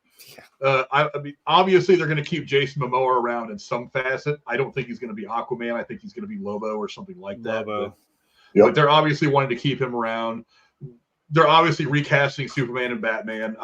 Those are going to be the 2 most important casting moves that have been made in Hollywood since I don't know when. Because if they don't we already have our Superman. David Cornsweet is playing our Superman. Yeah, and they also cast I think James Gunn is about to announce who his Supergirl is going to be. There's 3 names that they were screen testing. So they're pretty deep into Superman. I saw the picture of the 3 girls with their faces on a Supergirl body. I watched the original 4 Superman movies this last weekend because they were all on HBO Max. I'd never seen the last 2. No. And I was shocked. Most people haven't. The one with Superman 3 was better than most people give it credit for. It was still definitely a step down from the first 2. The 4th one, God, it was. We don't talk about that. I relegate that to the same pile of movies that I have the Clooney Kilmer. They're there, but we don't like to acknowledge them, but they're there. Yeah, they're there, but we don't really talk about them all that much. Yeah, we let them sit at the table, but whatever. But, when they come over for Thanksgiving, they have to eat in the garage, but they can't come in the house. It's fine. So. I feel like Mace Windu, like, you're on this council, but we don't grant you the rank of Batman. Don't. Yeah, take a seat, Bat Nipples. Yeah, so it also depends on what. I'm sorry, I heard button wrong. It also depends on what kind of Batman they want. I mean, where do they want Batman to be at his stage of existence? Do they want him to be someone who's been Batman for a while? Mm-hmm. Is he going to be a younger Batman? They've already said that they want somebody like in their 30s. So I would imagine. Yeah, we're for Batman and Superman. So I would imagine. So I would imagine it's someone they're going to give us a Batman that maybe isn't the peak Batman that he wants to be, but someone who has been Batman for a bit and probably has pretty well entrenched in what he's doing in Gotham City. So I don't. The version what we're going to get, I don't know. The version of Batman, because it's Batman the Brave and the Bold, and we're getting Damian Wayne, his legitimate blood son with Talia al Ghul. That's the story they're telling.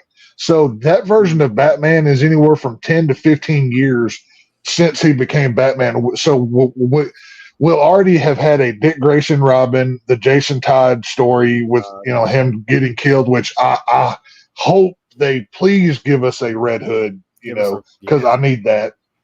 We could have even had a Tim Drake Robin if they add him. Now, Tim Drake is the Robin that they like to forget about, so they may skip him and go straight to Damian.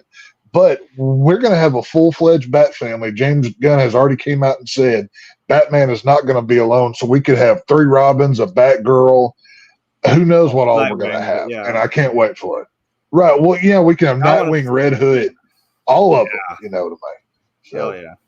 I'll say Red Hood's my favorite overall character in any comic book, and I want him to be in this DCU. So get it right, James Gunn. He's got a slick looking outfit. I'm not gonna lie. Thanks to Frank is really Batman, who donated $3 and said, "Happy New Year to Big Sexy Frank, the fabulously fantastic Cora, devastatingly handsome Jeremy, and my favorite homophobe Tex." And he predicts that he predicts the 49ers will beat the Lions 24-21, but lose 31-17 to the Chiefs in the Super Bowl. I don't think the Chiefs are going to make it past Baltimore, to be honest. But okay, as long as I'm your favorite, that's all that matters to me. That's fine. So, as long as I'm your favorite. But he is your favorite homophobe. There's no other homophobe. That's what I'm saying. That's what I'm saying. It's all good. Or Thurman. I'm going to call you Thurman. Oh, no. Thurman. He put you in the Casey house. That sucks. I'm going to call you by your Christian name, Thurman. Oh, fuck, yes. Oh, man. Oh, goodness gracious. That's amazing. Where the joke Thurman came from. There's the riddle. It is what it is. I don't have the picture up here anymore. I really should. I can't escape from it. It is what it is. What you gonna do? I should just keep the picture on here full time now. I don't know why. Yeah. Take it off. Yeah. But anyway. That should just be our permanent background. Just make it the permanent background. Don't have Batman back there. Just have Thurman as Raw back there. It'd be great advertising for it. You don't want to keep stroking like Casey's ego, though. That's the thing. Whatever. If it helps him out, maybe he'll bitch about it on his channel, and then he'll. He got it. No bullcrap. He got invited to the New Year's Eve show, but his crappy Oklahoma internet wouldn't work, so he couldn't come on here. And now he wants to gripe about it. Just saying. No, I was too busy messing around with friends and shit. So I'm sorry, I wasn't there. Yeah. I knew I made a statement. I'm like, yeah, I'll try to be there, and I'm like, yeah, no, I ain't gonna be there. Ain't no way in hell. I'm trying to host New Year's, so. There we go. Bad timing. There it is. There it is. There we go.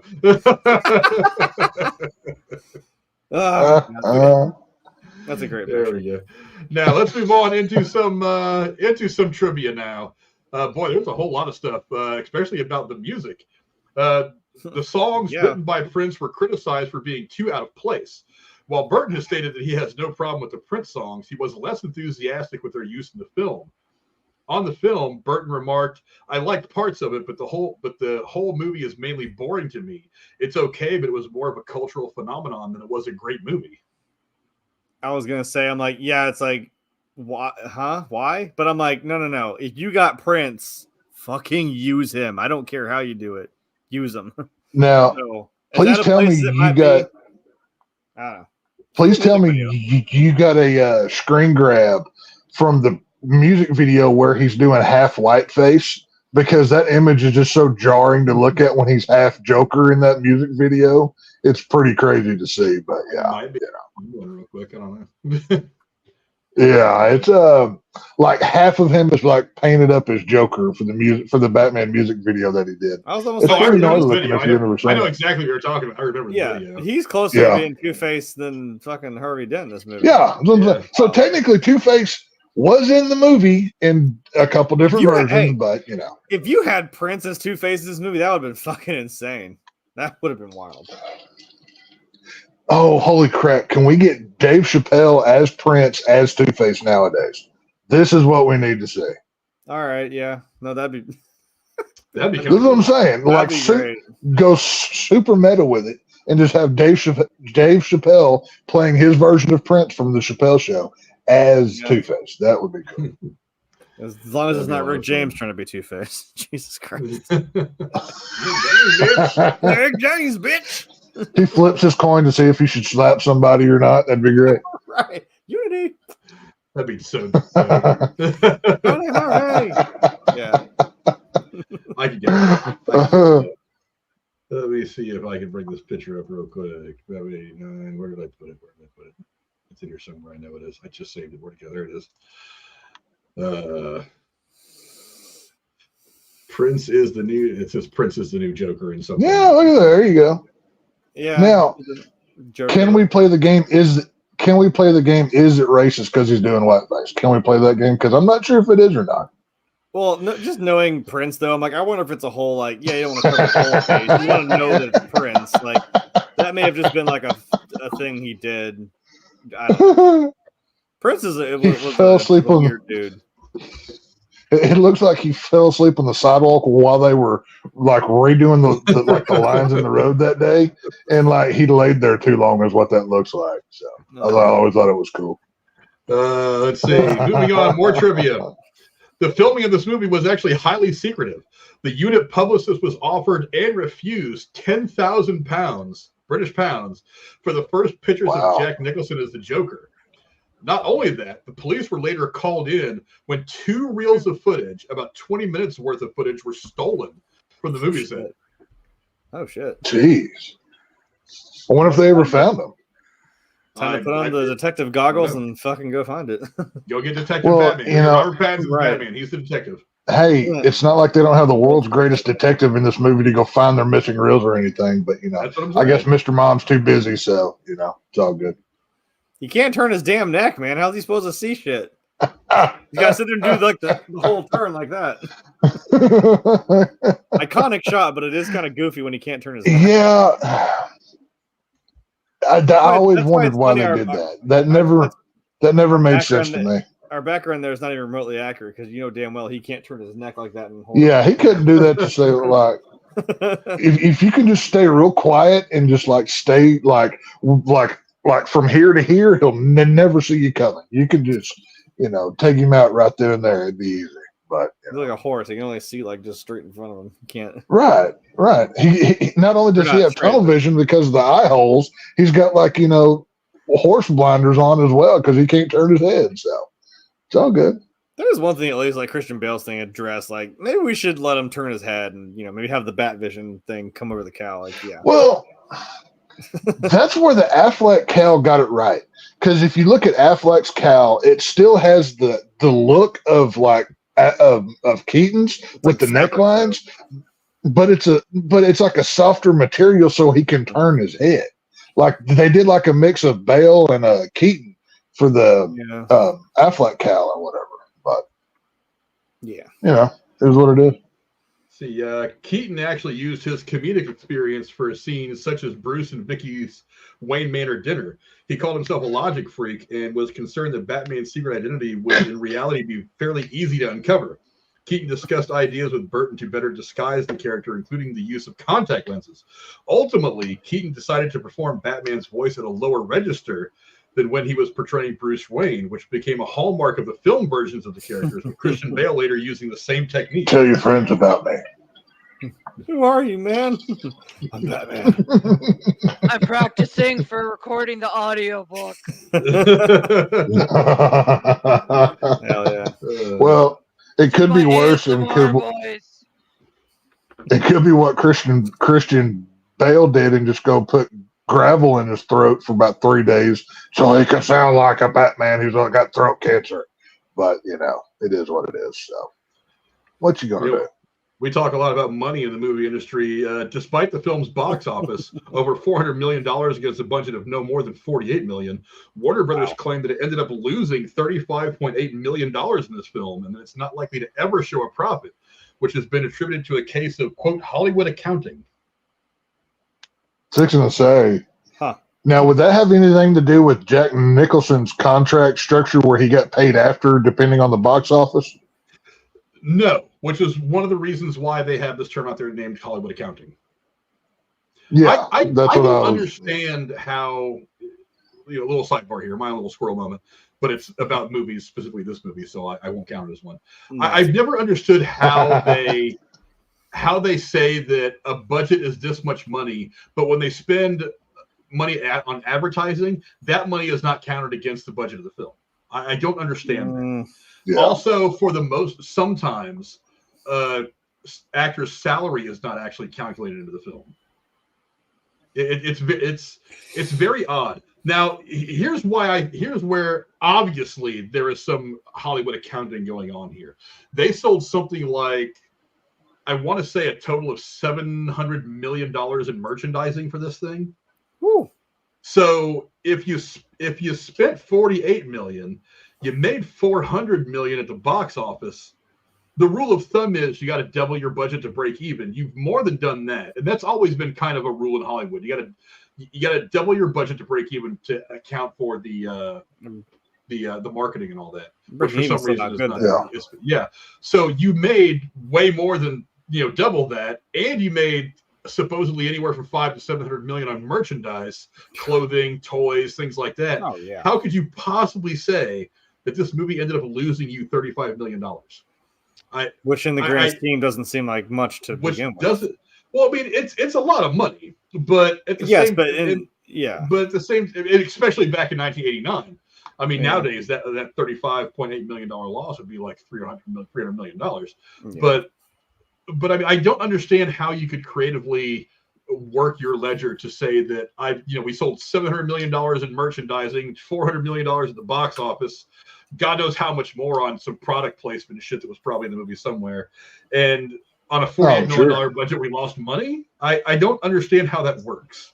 So the creative accounting in Hollywood is always done differently, but I don't know. Well, it's not like they would ever do something stupid like make the toys first and then the movie. They would never do something that stupid. Well, if you really want to get into the toy, go back and look at the Joker action figure from the 89 line, and it's just the Kenner Superpowers Joker basically repainted to look kind of like Jack Nicholson's Joker. That, I mean, after 89 came out, they did a line of, I think it was the Dark Knight collection, I believe it was called, from Kenner, and they redesigned stuff. But the original Batman and Joker figures were just old figures that they had from the line that came before. They just repainted them to black and for the Batman and whatever. So it's one of those things. Yeah, Hollywood accounting is terrible. But you want to what could have happened, what could have been with Joker is Charlie Sheen. Robin Williams was actually offered the role of Joker when Jack Nicholson at first hesitated. He had even accepted the role when producers approached Nicholson again and told him that Williams was ready to take the part if he did not. Nicholson ended up taking the role, and Williams was released. Williams resented being used as bait and not only refused to play Riddler in Batman Forever in 1995, but also refused to be involved in any Warner Brothers productions until the studio apologized. Whether they actually did or not, I have no idea. Man, I don't know enough about his career to know if he did any Warner Brother films. I don't know what Warner Brother films he did after this either, off the top of my head. I don't know either. But so we could have had, honestly, as much as I like Jack Nicholson's iteration of the Joker, Robin Williams, God, that would have been off the hook. I mean, his manic sensibilities, everything that would have made a very interesting. It would have made an interesting Riddler too. He would have been a very interesting Riddler too. But him as a Joker could have been a lot of fun. Yeah. I always wanted a Jim Carrey Riddler. Like maybe now that he's a little bit older, I would still be interested to see what that looks like. Because I've seen a few of his more serious type roles. I think he could pull it off. Jeremy's face right now. He's thinking what I'm thinking. Y'all are probably thinking I'm nuts, and that's fine. But a little bit, yeah. Now I'm not saying I'm not saying what Jim Carrey did with the Riddler in Batman Forever. Take that out of your head. That's not the Joker I'm going for. I'm going for more of a sadistic, evil clown. I think Jim Carrey could pull it off. I don't know, just a thought, but I would say we had Jim Carrey as the Riddler once, right? Yeah, it's like that joke that I keep seeing on Facebook. That's like, what if Tim Burton made a Batman movie and they all look like Nightmare Before Christmas? I'm like, okay, who wants to tell him? Like I said, I think a Jim. I know what joke you're going for, but I'm like, he did make one. Yeah, give me like a Jim Carrey Joker that's more of the sadistic type. I think he's got the range to pull it off. He went overboard with Batman Forever and tainted that role forever, basically. Batman Forever is gonna do? It's over the top anyway. I was just thinking of this tweet that I saw on Twitter a long time ago where I guess Kendrick Lamar had done a song or a set or some show with Paul McCartney. And younger individuals who may not be in the know, don't know the history of music, were tweeting out like, so great to see him give another musician a chance. Paul McCartney's career about to pop off, and it's like, do you know? do you not know? Who's gonna tell you? that about 30 years before Kendrick Lamar was ever born, that this guy was jamming on the top of the charts? It's like, do you not know? But okay, whatever. You do you, kid. You do you. But yeah, it would have been interesting to see Robert Williams. Also, we ended up getting Michelle Pfeiffer eventually. But Michelle Pfeiffer, who was dating Michael Keaton at the time, was actually asked to audition for the role of Vicky Vale. But Keaton was against it, saying that it would be awkward. Pfeiffer would later be cast alongside Keaton as Selena Kyle / the Catwoman in Batman Returns 1992. This happened after the relationship had ended. Well, damn it, man. Because that's not awkward at all. It's that's not we're weird. Not dating anymore. You can't tell you what to do. Also, that's an iconic shot. I love that shot. That's one of my favorite shots in the entire movie. Yeah, I was waiting for it. Mike, do the thing. Ah, there it goes. And it goes back that down. Shot and this shot. I love these shots. Yeah. That was a great shot to end the movie on right there. I'm so glad that they didn't ruin it with a post-credit scene. Yeah. Ended off with the bat symbols. Yeah, is awesome. Gotham City better be lucky. It's always cloudy. Otherwise, that thing's not going to work at all. So they just better hope they're lucky they got bad weather. So. It's funny. It almost looks goofy in the fucking Christian Bale movies. I'm like, is that a bat or is it just some bright spot? You can't definitively define that that's a bat. It just looks like some big spot in the sky. I'm like, he's supposed to just know that's it. There's not like a matinee. What do they? I gotta go scoot up. In the Dark Knight trilogy, what did Jim Gordon call it? He said, if you have problems with maintenance, or if you have problem with the city lighting, call maintenance or some nonsense like that to that reporter or whatever. Yeah, that was kind of funny how they explained it. I think he said it to Harvey Dent, didn't he? Because he's like, what's that doing on top of the building? Yeah. It was, he said it to a Harvey Dent reporter. He said to somebody, but I like how Jim Gordon handled it in that film. It was kind of fun.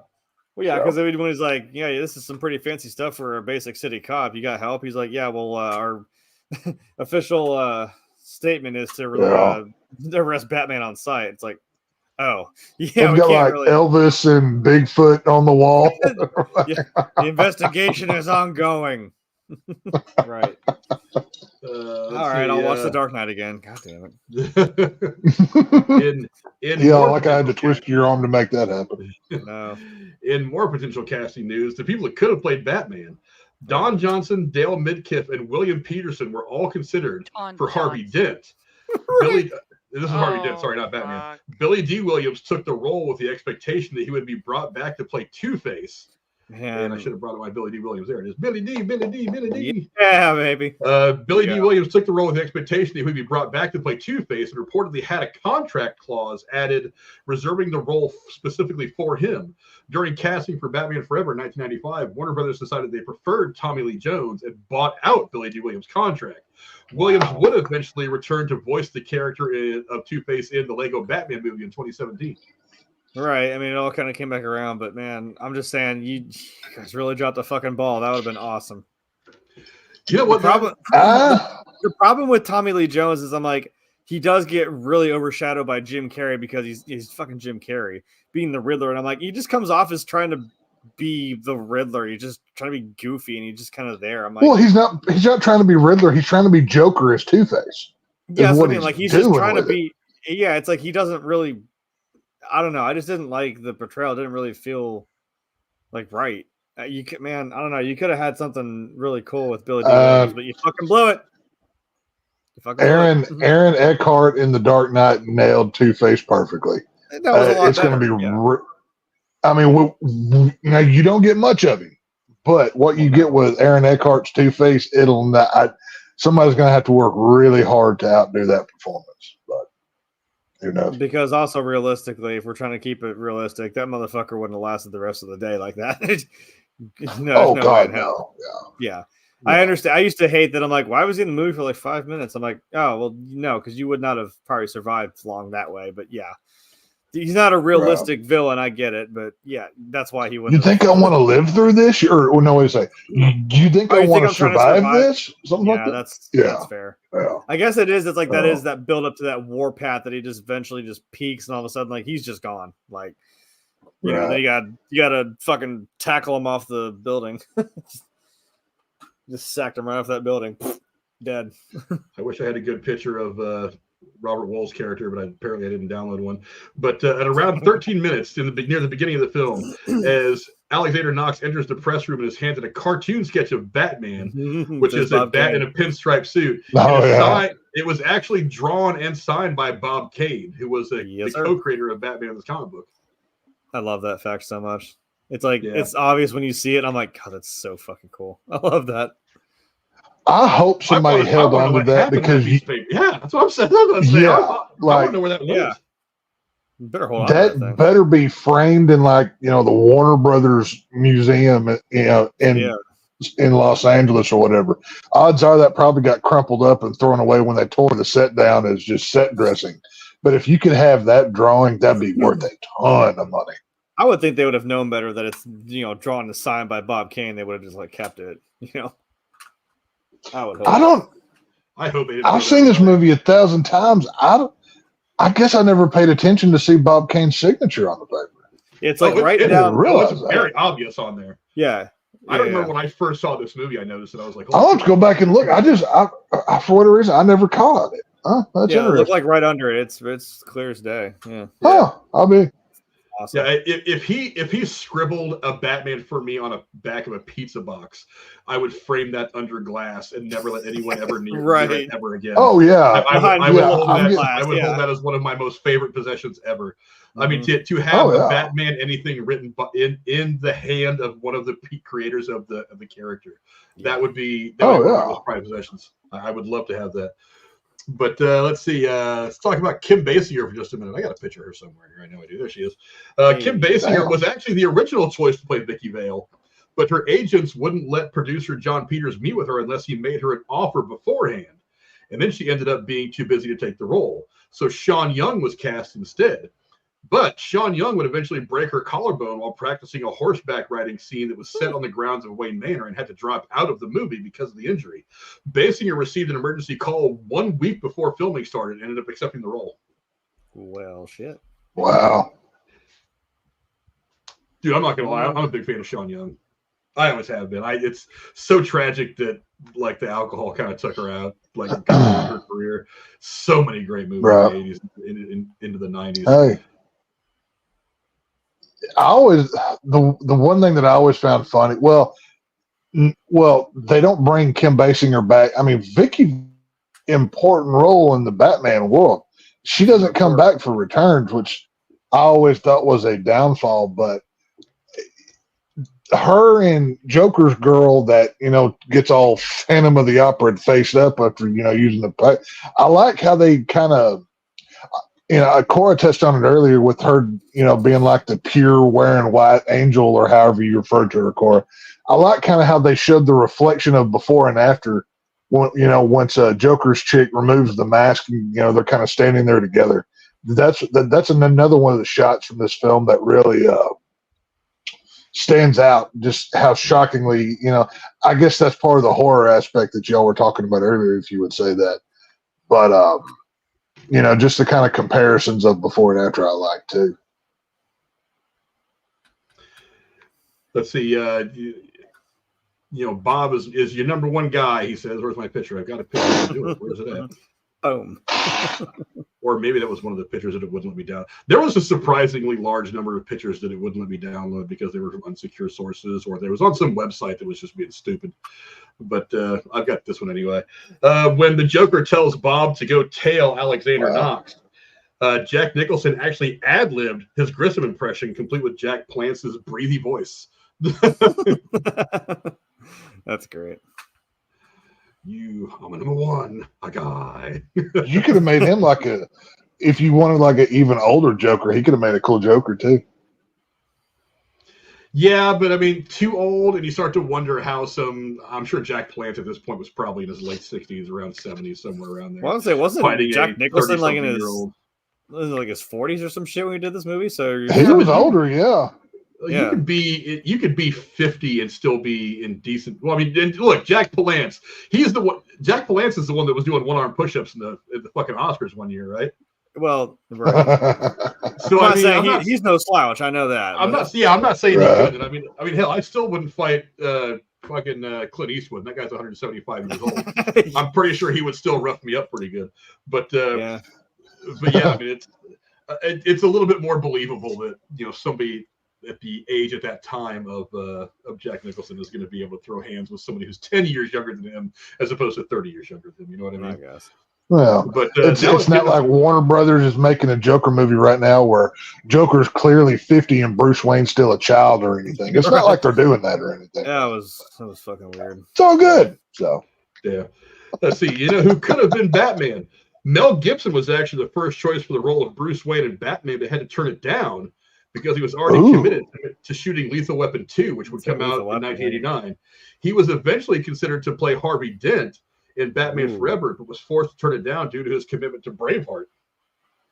Maybe I'm a Mel Gibson fan. I'll put him in either of those. I'm down. Yeah, I don't know. I could see it. I think now he would make the perfect Commissioner Gordon, like a kind of an older, grizzled, vet who's just kind of fed up. Especially, yeah. And I mean, it only helps that, like, we obviously know that he played a cop in the Lethal Weapon films. It's kind of a little meta callback or whatever. But give him the mustache. I mean, he's already got the beard and whatever, right? I could see him as a Jim Gordon, though. I mean, I know that when you talk about Batman Beyond, everybody says Michael Keaton should come back and play Bruce Wayne to the Terry McGinnis. No, he ruined that in Flash. But he shouldn't come back now. No. That's a different universe. No. It doesn't matter. Now, while Flash was not good, Michael Keaton was not bad in it. Anytime you put Michael Keaton on the cowl and have him say Batman, it's a winner. Michael Keaton was good. The movie may not have been as everything we wanted it to be, and the Flash stuff, but I mean, he was still a great Batman. He is every bit as good in that movie as he was in this movie. He's still great on the couch. He's still great as Batman Bruce Wayne. Now, but on that note, wouldn't it be just as interesting to see Mel Gibson maybe step into that role for a Batman Beyond thing and play the older, more war-worn Bruce Wayne who can't quite go out there and physically cut it anymore, and then have Terry McGinnis come in some capacity, whether he's the clone of Bruce Wayne or not. I mean, if you know that whole storyline. Yeah. But I would bypass the whole clone thing, but I mean, I just make Terry McGinnis the new Batman. But but don't you think he'd be able to step in now and be that older mentor to Terry McGinnis? Yeah, I could see. I mean, yeah, I've always liked the Terry McGinnis Batman. It's Batman Beyond. It was I wasn't a fan of it until the Batman Beyond: The Return of the Joker movie. That was the thing that kind of changed my mind about Batman Beyond. But I could see Gibson in that role because he's still like physically believable. So even Bruce Wayne at 90 could still kill most people if he really wanted to. But I think Gibson could fit that. Like basically an Iron Man version of a Batman suit, or just like go gadget punch.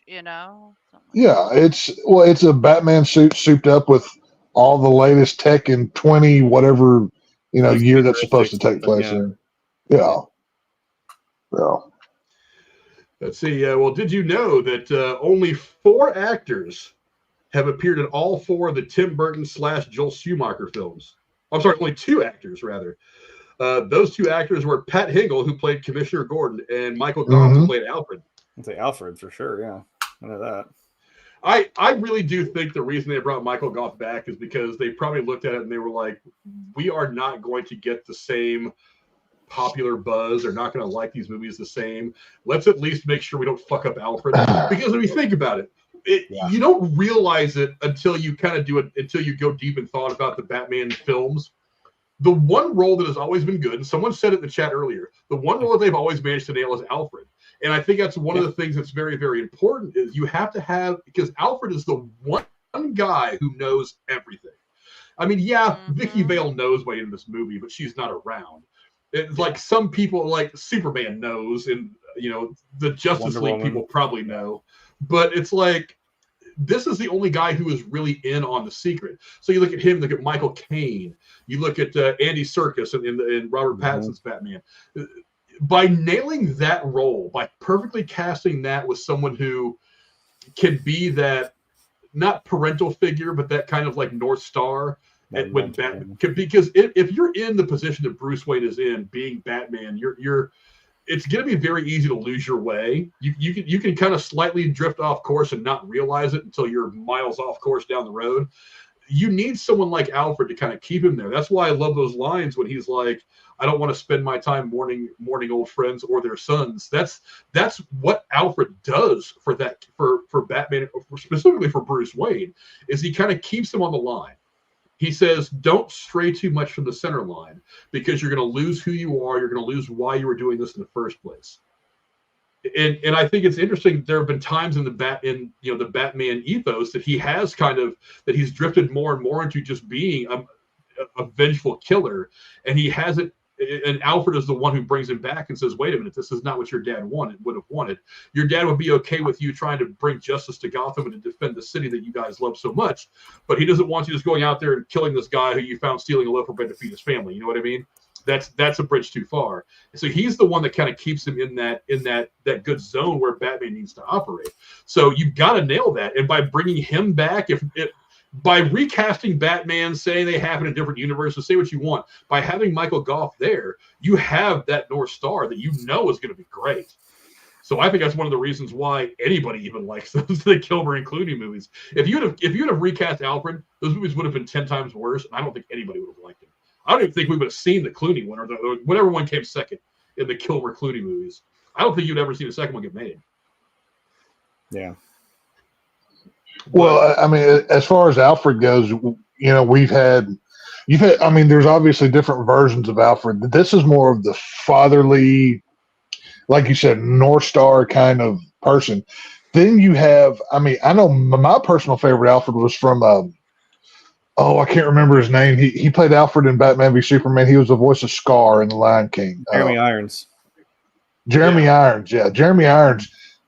He still had that fatherly S to him, but it was like 20 years down the road, so he's kind of jaded.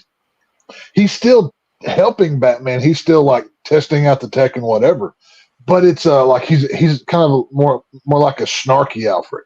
Then some versions have like where Alfred was an MI6 agent, and he's the one that trained Bruce. Well, he was like a or SAS, whatever he is. Yeah. Like this version, Michael Gough's Alfred, he always felt like the 66 Alfred, but he was more of he felt more fatherly than the 66 one did. So, I mean, it kind of feels like where it comes from a little bit. Let's see. Did you know the Batwing was actually built in several different sections to be on film? But had the Batwing been built to size, it would have had a 35-foot wingspan, or about 10.7 meters. Shit, that's awesome. Damn. I wish I could. I had to get up, but like I've got a Lego Batwing back there. I'd have to get up, but like no, that's one of the coolest damn pieces of tech that he's got. And again, that shot right there, I love that. Just right up to the moon and phew, dive bomb back down. Yeah, I remember when I first saw the theaters, I was like, oh, that's cool. Yeah, like, it's so dope. I'm like, man, you got to do it. It's awesome. Whenever I was a kid, I had that Batwing.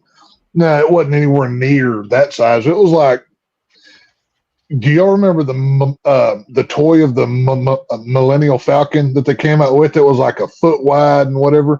They had a Batwing that was very similar sized.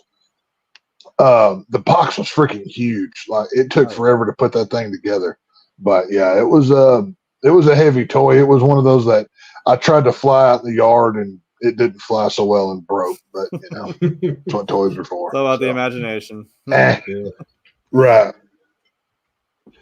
You know, furthermore, Kiefer Sutherland was actually offered the role of Dick Grayson and turned it down. Eventually, the character was written out of the script. Huh. Really? Because Kiefer Sutherland, I think, was only like 19 or 20 at the time. Yeah, I was like, he was pretty young. He could have, yeah. So it would have been interesting. And this is this was just a year or so after Lost Boys. Yeah, I was thinking that's what, late 80s? That is late 80s, right? Like 88 or something? Lost Boys came out in 87 or 88. So this was just been a year or two after Lost Boys. So he already would have had a lot. I mean, he obviously has the name recognition, that him being Kiefer Sutherland, because of his dad. But I mean, he had already I mean, Lost Boys is a pretty big movie, and on top of this, I mean, obviously Kiefer Sutherland ended up having a pretty good career anyway. But oh yeah, but yeah, it could have been interesting to see. But you know what though, I'm glad that they waited to bring in the Robin character, because I think Batman has to go through his own growth before you can start in with the sidekick thing. I think it works better for the character if you do it like that. I like Batman with Robin with the bat. I'm tired of seeing dark, gloomy, I'm alone Batman. To me, that you're only getting part of the character. The best part of Batman is seeing how he interacts with all of his children, whether he fathered them or not. I like that aspect of it, but that's why there's different versions. But you know what? Another thing that could have been, Ray Liotta was actually offered the roles of Harvey Dent, Bruce Wayne, and the Joker, but turned them all down to do Goodfellas, which would come out a year later in 1990. Liotta actually expressed some regrets for the missed opportunities, but considering that Goodfellas made his career, those regrets were minor. Yeah, if you get to be in Goodfellas, I think you can forgive a lot. Yeah. Well, now, if he was going to be, I mean, Goodfellas is one of the greatest mob movies ever made, in my opinion. Yeah. But I think it's the greatest. I actually like that one. It worked out, but I don't know if maybe Harvey Dent. I don't know if I'd have liked him as Bruce Wayne or Batman. I don't know. I mean, would he have done a better job than Keaton? I don't know. I don't know if I liked him. I don't know if I liked him as the Joker. Now, if he was going to be, he definitely could have done Harvey Dent. Now, if he was going to be a two-face Harvey Dent, I could definitely see that. Because I'm like, if he was just going to be, Harvey Dent, I'm like, okay, yeah, he's got the gravitas for it. But I'm like, but if you were going to let him descend into being two-face, that would have been pretty fucking wild too. Like, give me a Ray Liotta. Yeah, I want him as a Harvey Dent two-face. Because this Joker, as we've kind of come to know, is kind of more of like the gangster mob style like Joker. So I'm like, yeah, if you threw Ray Liotta in there as like like a mob style kind of two-face, that still would have been pretty wicked. Jeremy, you're good with the AI. You're good with the AI. Go grab a picture of Ray Liotta from Goodfellas where he's laughing wearing the white suit and do like a half two-face on him or something. Or you can make him Joker, just turn it purple and green and do your thing. That we could at least see what he could look like. Hell, I could probably look that up right now. Like, right. Oh, it's probably already been done. That we all, that's what I'm saying. I bet I could find one, to be honest. I think Thurman Israel needs to be sent to charm school. I think he needs to go to the pound more than charm school. We'll just put him down. I was being polite. Maybe we just give him the old gas. He's him and that dog of his that they can go at the same time. Well, obviously, Ray Liotta. Obviously, he's trying to ride my clout. I mean, he's just always in here saying how bad I suck. Yep. We all know he just wants to be me. Yep. Well said. Hey, he got invited on New Year's. He could have been here. But every time my internet there's some reason I have to play this video game, right? My internet's terrible. I got a stream I got to set up for next week. I can't right now. I'll play Fortnite. I have to have a laugh. I have water damage on my ceiling.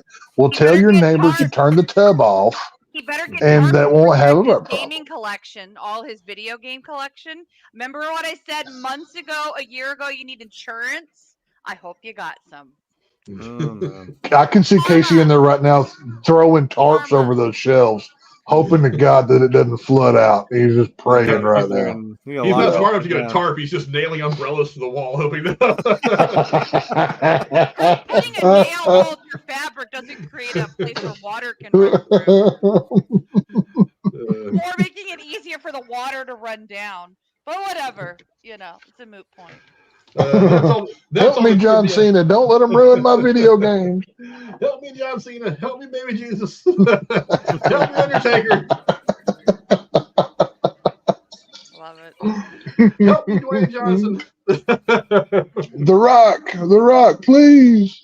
Luckily, it's in the bedroom. Oh, They must there have you water go. bed upstairs. That's all I gotta say. Well, that'll be the first time.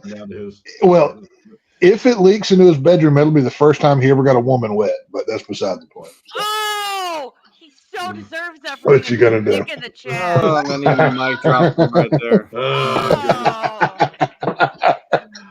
That seems like a good place to start. Anyway. Just a little bit. Anyway. Now that we've had our fun at Casey's expense. He's in here being all rude in the chat. He makes it so easy. I'm not saying he doesn't deserve it sometimes. In case you just sent me a photo too, it's probably him flipping me off or something. He sent me a picture. I'll have to look at it when we get off the stream. Careful, opening that. Yeah. Don't. Make sure you stand back from your phone just in case it. And if not, you might need to get a magnifying glass. Like, where is it? Are we looking at a picture of? Oh, never mind. Yes, thank you. Rachel. How to get demonetized 101. Rachel is correct. There you go. She figured it out. Show anything, so I'm okay. I'm not showing anything. I'll bet we have a new background for next week, guys, or for Thursday whenever we do back drafts. Get ready for whatever he sent me. So we'll figure it out. That's a good place to start wrapping things up. Let me get your guys' final thoughts. Let's start with you, Tex. Final thoughts on the 1989 Batman. Not my go-to Batman, but without this movie, we don't have superheroes today, so you have to respect what it is. Jack Nicholson, I mean, my God, the dude made like between $50 and $70 million just off of this movie alone. I'm jealous, so, if you can be him, be him. No doubt. Lady Cora, what are some of your final thoughts on Batman? I agree with what Tex said, and I also think that it was an amazing cast collectively for what a lot of people took a chance on that kind of like started a trend. So, good times, good movie, and I'll probably eventually go back and watch it a few more times in my life. So, yeah, good Batman movie. And to my good friend Jeremy, I know I could probably go on for another 2 hours about this movie and just rattle off little things. I'm sure half the trivia that I gave, he probably knew he probably knew at least half of it already. What are your final thoughts on the 1989 version of Batman? I could even add one. They had to cut off his ears so he could fit in the Batmobile. It sucks, but hey, you gotta do what you gotta do. Do what you gotta do, man. Which is kind of hysterical to me when you think about it in the movie. I'm like, he doesn't have his ears, or whatever those are. Like the old saying goes, which I think Tex kind of alluded to. If you can be anybody, be Batman. For the job you want. What if you want to be a boy? What if you want to be? Well, you can identify as anything, Cora. It's 2024, so whatever. They already threw that out the window. Okay, fair enough. I just hit her with those fucking politics. That's all it is. Anyway, no, it's like you guys had all said. It's kind of what set us on this path of giving us like what we kind of think of as Batman now. This dark, gritty character fighting crime in Gotham, which is a equally gritty place, man. It's like it's what it is. You always got. And that's the thing I always admired about Batman is that like his villains were mostly grounded. They were, believable. And what can you say, man? You got a really cool rogues gallery of villains. So there's a lot to do with it, and you got to start somewhere. Like we said with Superman, this is what this is how we got started because you had to put your foot in the door somewhere. Yeah, great movie, and it's one of the Batman wore it best. Well, hey, I had to think of an answer that wouldn't pick sides, so there you go. Now, hang on, Batman. Frank, before you go, there's one thing I do need to say that has always bugged me about this. Why does he keep bat suits on hangers? You gotta hang. So they're heavy. They don't float. Yeah. No. How else do you hang it up? How else would he keep it? You have the bat hanger in the bat closet. No, every other version of Batman displays them on like a mannequin or some other kind of way. It has bothered me so much that he keeps bat suits on hangers, and I don't know why it bothers me, but I had to put this in this review. I loved it. It bugs me to death, and I don't know what why. I'm sending you for Christmas this year? Some fucking hangers with baby Batman onesies on them. It's not even the. Oh, god damn you. Fucking Rachel's got puns. You're talking about getting demonetized and you're saying shit like that. Like the best. Jesus. We need to just end it on that. We're not going to do any better. Let's let Rachel. Rachel, you take the cake. You win. Good job. The fat cake. The bake. The bake. See, I can do it too. Either way, like I said, you're a billionaire, playboy, blah, blah, blah, superhero, whatever, and you keep your bat suits on hangers. Like, come on, dude. That's just, I call bullcrap. I don't know why, but I do that. It's not the nipples. It's the fucking hanger that bothers him, but the suit. I'm not a fan of either of those things. You wait till we talk about bat nipples. I'm going to spend 30 minutes on a soapbox over here till I don't have a voice left. I can wait for bat nipples. I really can. And Jeremy's going to go get bat-shaped nipple pasties. And he's going to come on the show shirtless. No, we are going to get demonetized so fast.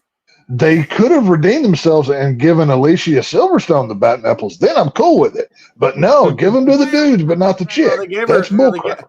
Hey, that movie zoomed in on her ass every time she had to put that suit on, and they did it to everybody. The Bipples. Okay, forever from now on, they are known as the Bipples. I'm stealing that. I'm stealing that, Rachel. No ahead of time. God damn it! Oh my gosh. That should be Casey's new nickname. Frank, please save the rest of the stream. Jesus. I'm going to try. Please save this. The third act kind of went off the rails on the stream, didn't it? Yeah, it did. But let's see. Yeah, as far as I'm concerned, I mean, like I said, I mean, Superman 78, Batman 89, and the first Tobey Maguire Spider-Man, they really showed how to make a great superhero movies. And I think every movie has kind of derived certain aspects, not tropes, because tropes have always been in movies, whatever genre, whatever.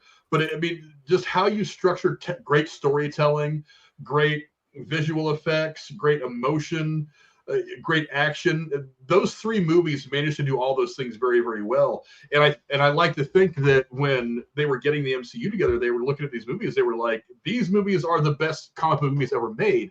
How do we do it? What can we take from these that we can use to build our great cinematic universe? And they did. And so I think those three movies are kind of the holy trinity of all comic book movies. Well, I'll throw the first X-Men in there as well. Because like I said, that comes along a lot later, but at the same time, that's still a very good movie. That's still a very good movie in and of itself. And it's one of the first big mashups we've seen, which, it's very hard to do a lot of characters at one time. Nobody had even really tried it before Marvel, except for the X-Men. But I mean, that's kind of different. But yeah, I mean, this is one of the movies that is the blueprint of what you need to do to make a great comic book film. And on top of that, it's also great storytelling. So I think it's a great movie. It's definitely one of the ones that should be, if you want to do a string of like 10 comic book movies that don't have to be in any particular order, belong to any particular universe or franchise, this should be one of the ones that you watch. In my opinion, it's fantastic. Michael Keaton's fantastic in it. Nicholson is just Nicholson. I mean, he's pretty awesome at everything. It's just a fantastic movie from front to back. Are there some holes? Sure. I mean, but I mean, every movie's got them. So there are times where you just kind of go with it. I mean, look, some of my favorite movies have plot holes. They have little narrative things that I don't quite get into, but they're still fantastic. So go watch it. It's available on HBO Max. If you have an HBO Max subscription, you can go watch that along with all the other DC stuff on there. I think it's really, really good. Time to close things out. Thanks to my amazing co-host for coming to hang out with me tonight, as usual, starting with the Dr. Lady Cora. Where can the folks at home find you, my lady? As usual, nowhere. I'm allergic to the internet, and I'm here when you have a show. Thank you. I had to put that out there because of the bat or shark repellent spray. Yes. That's a classic. Amazing. We need Casey repellent spray. Whatever. We do. We do. To the Shape of the Lone Star State, my man Tex, where can the folks at home find you, sir? I'll be here Thursday. And the recommendation for the week, I have to give credit to Alex of Alex and the Garbage Man. He had emailed, because, I'm doing a list of 2000s horror films this year. And he sent me one, or he sent me a list of some, and this is one that I have not seen before, but Captivity from 2007. It stars Alicia Cuthbert from The Girl Next Door, House of Wax, some other stuff like that. It's it's very much of the torture porn variety, like a Saw, Hostel kind of thing. A couple good twists and turns in it. I watched it the other day. If you're looking for a good spooky film from that era, I would recommend this one. I won't say much. I don't want to spoil anything, but Captivity from 2007. Go check it out. And to my hetero life mate, Jeremy, where can the folks at home find you, sir? Typing on this channel is where you'll find me. There we go. The keyboard on this is like weirdly placed. Wow. Yep, I'm here. Same bat YouTube channel, same bat time. I got it in there. I'll give you a C- just for the effort. C- is best I could do. I didn't even think of it. He thought of it and he got it at the right timing. I mean, watch yourself for I spray you with that shark repellent text. God damn it. Hey, I'll just pull a gigantic shield out from behind my cape that I totally walk around with all the time and block it, so it's fine. No worries. You mean your walker that converts into a shield? He's not much older. Old Batman probably has one of those, by the way. That's probably a device that he has. Talking about Batman being 89 years old and kicking ass. I mean, yeah, a walker that converts into a killing shield. I don't know. Grimbat. There you go. He's Grimbat. I like it. Oh boy. Hold on, I got it. I got one better. There you go. He is podcasting. He plays Fortnite. I am Grimbat. There you go. What would make what would that make Rachel? Grimbat girl? Grimbat girl? Well, no. She would be his Oracle because she's like behind the scenes. So she's something Oracle like. Something along those lines. No. I wasn't gonna say it's fucked up because she's in the never mind, I'm not gonna go there. Well, I'm not saying Rachel has to be in a wheelchair. I'm just saying she could be your Oracle. I know, but it's. I'll tell you when you're older. So, anyway, I'm here on Jesus Christ on Tuesdays and Thursdays. God save this show when we get to the end. My God. Oh fucking shit! Yeah, no. So I'm here, and like Tex so eloquently said, I do play Fortnite. I do have Batman in Fortnite. I've got like 3 different versions of Batman. Nice. Poison Ivy and Harley Quinn. So, no, Grimbat. Yeah, and maybe I need the background. Yeah. Rachel's just. We broke Rachel. She can't stop now. She's just going on a rail right now. This is great. Yeah, we're pushing the shit up the algorithm. So, yeah, and I do tend to play Fortnite, even though it doesn't like to update and give us new stuff. But hey, whatever. I don't know why it's full of sweats right now. It's a bad time if you don't value your sanity. And I was gonna say something else, and I already forgot because I don't even know what the hell just happened in this last like 5 minutes. And it wasn't my fault this time. No, I know. That's what's wild. It's not even. I know. I'm Zen Cora. I don't have Cora moments to react anymore. So you guys have to pick up the slack. Hold that thought. Okay. Well, that was kind of. I know what he's about to go do. He's about to go put a MAGA hat on. When did we even? Oh, no, you didn't. Not quite a MAGA hat, but come November, this is going to be real good to spend whenever I go to the store, Cora. What do you think? I think do you like that? I think it's fantastic. Yeah. You have money to buy more whiskey. It's fantastic. Buy some of the Trump vodka. Yeah, there you go. Pair it with your Trump steak. Yeah, there you go. As for me, you can find me here on Thursday, same bat time, same bat channel. See, with much smoother transition into the line, Jeremy. You got to practice that. Tuesdays and Thursdays going over whatever movies we want to talk about. The next one we will be, what is today? Today's Tuesday. So on Thursday, we're going to be back here, going back to the 90s. We're going to stay there with in Jeremy's favorite decade, talking about the movie Backdraft, one of the great dramas to come from Ron Howard. Again, loaded with a great cast, a lot of great performances, and a very exciting movie in and of itself. So we'll be breaking down Backdraft in a couple of days. Come check us out with that. Don't forget to like and subscribe and share. Do all that. Help push us up the algorithm. Get us to 1,000 subscribers. I'm never going to apply for monetization on YouTube. I've thought about it, and I'm like, no, I'm just not going to do it. I don't want to open myself up to YouTube trying to kill my channel for some stupid bullshit that happened 250 videos ago. So, yeah. So if you want to support us, you can go. There's links on both Streamlabs and Stream Elements in the description. I usually have a banner up here. I keep forgetting to put it on there. Where's it at? I usually have something like this on here. Where's it Frank, at? I have to say, you copying Jeremy's cool line is a bit, he did it first. Yeah, I did it better. It's with a smoother transition. Everybody fucking me up. Like, that's the thing. No. He had a clear fucking runway. No clouds in the sky, no nothing. How'd you fucking staying in the middle of the damn road? There's a moment for redemption here. What? Oh. Who put the Batman shirt on first before the show? Oh, he probably definitely did. Well, I didn't put it on until I was walking in here. I actually had that stop and go get into my closet. Jeremy came in with it. Jeremy came in with it on, but we saw Frank pulled it on before he pulled Jeremy in. So we don't have a clear winner here. I'm like, I definitely put this on like 15 minutes before we started. So, I mean, okay. Right. Because Frank pulled me on the stream. He was wearing an undershirt. He leaves and comes back with a Batman shirt and changes. And then we see Jeremy like 2 minutes later when he pulls him in. He said the frame first. He put the Batman shirt on first.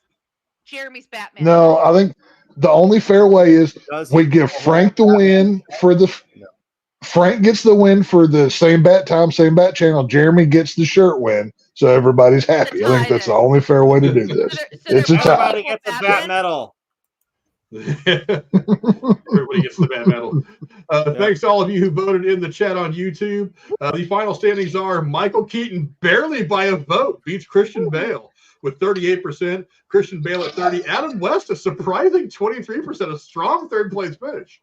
And Ben Affleck with 7% of the vote. Thanks to all of you who voted in the poll on YouTube. We appreciate it. Thanks to all of you for coming and hanging out with us. We very much appreciate it. We'll see you guys on Thursday as we break down Backdraft.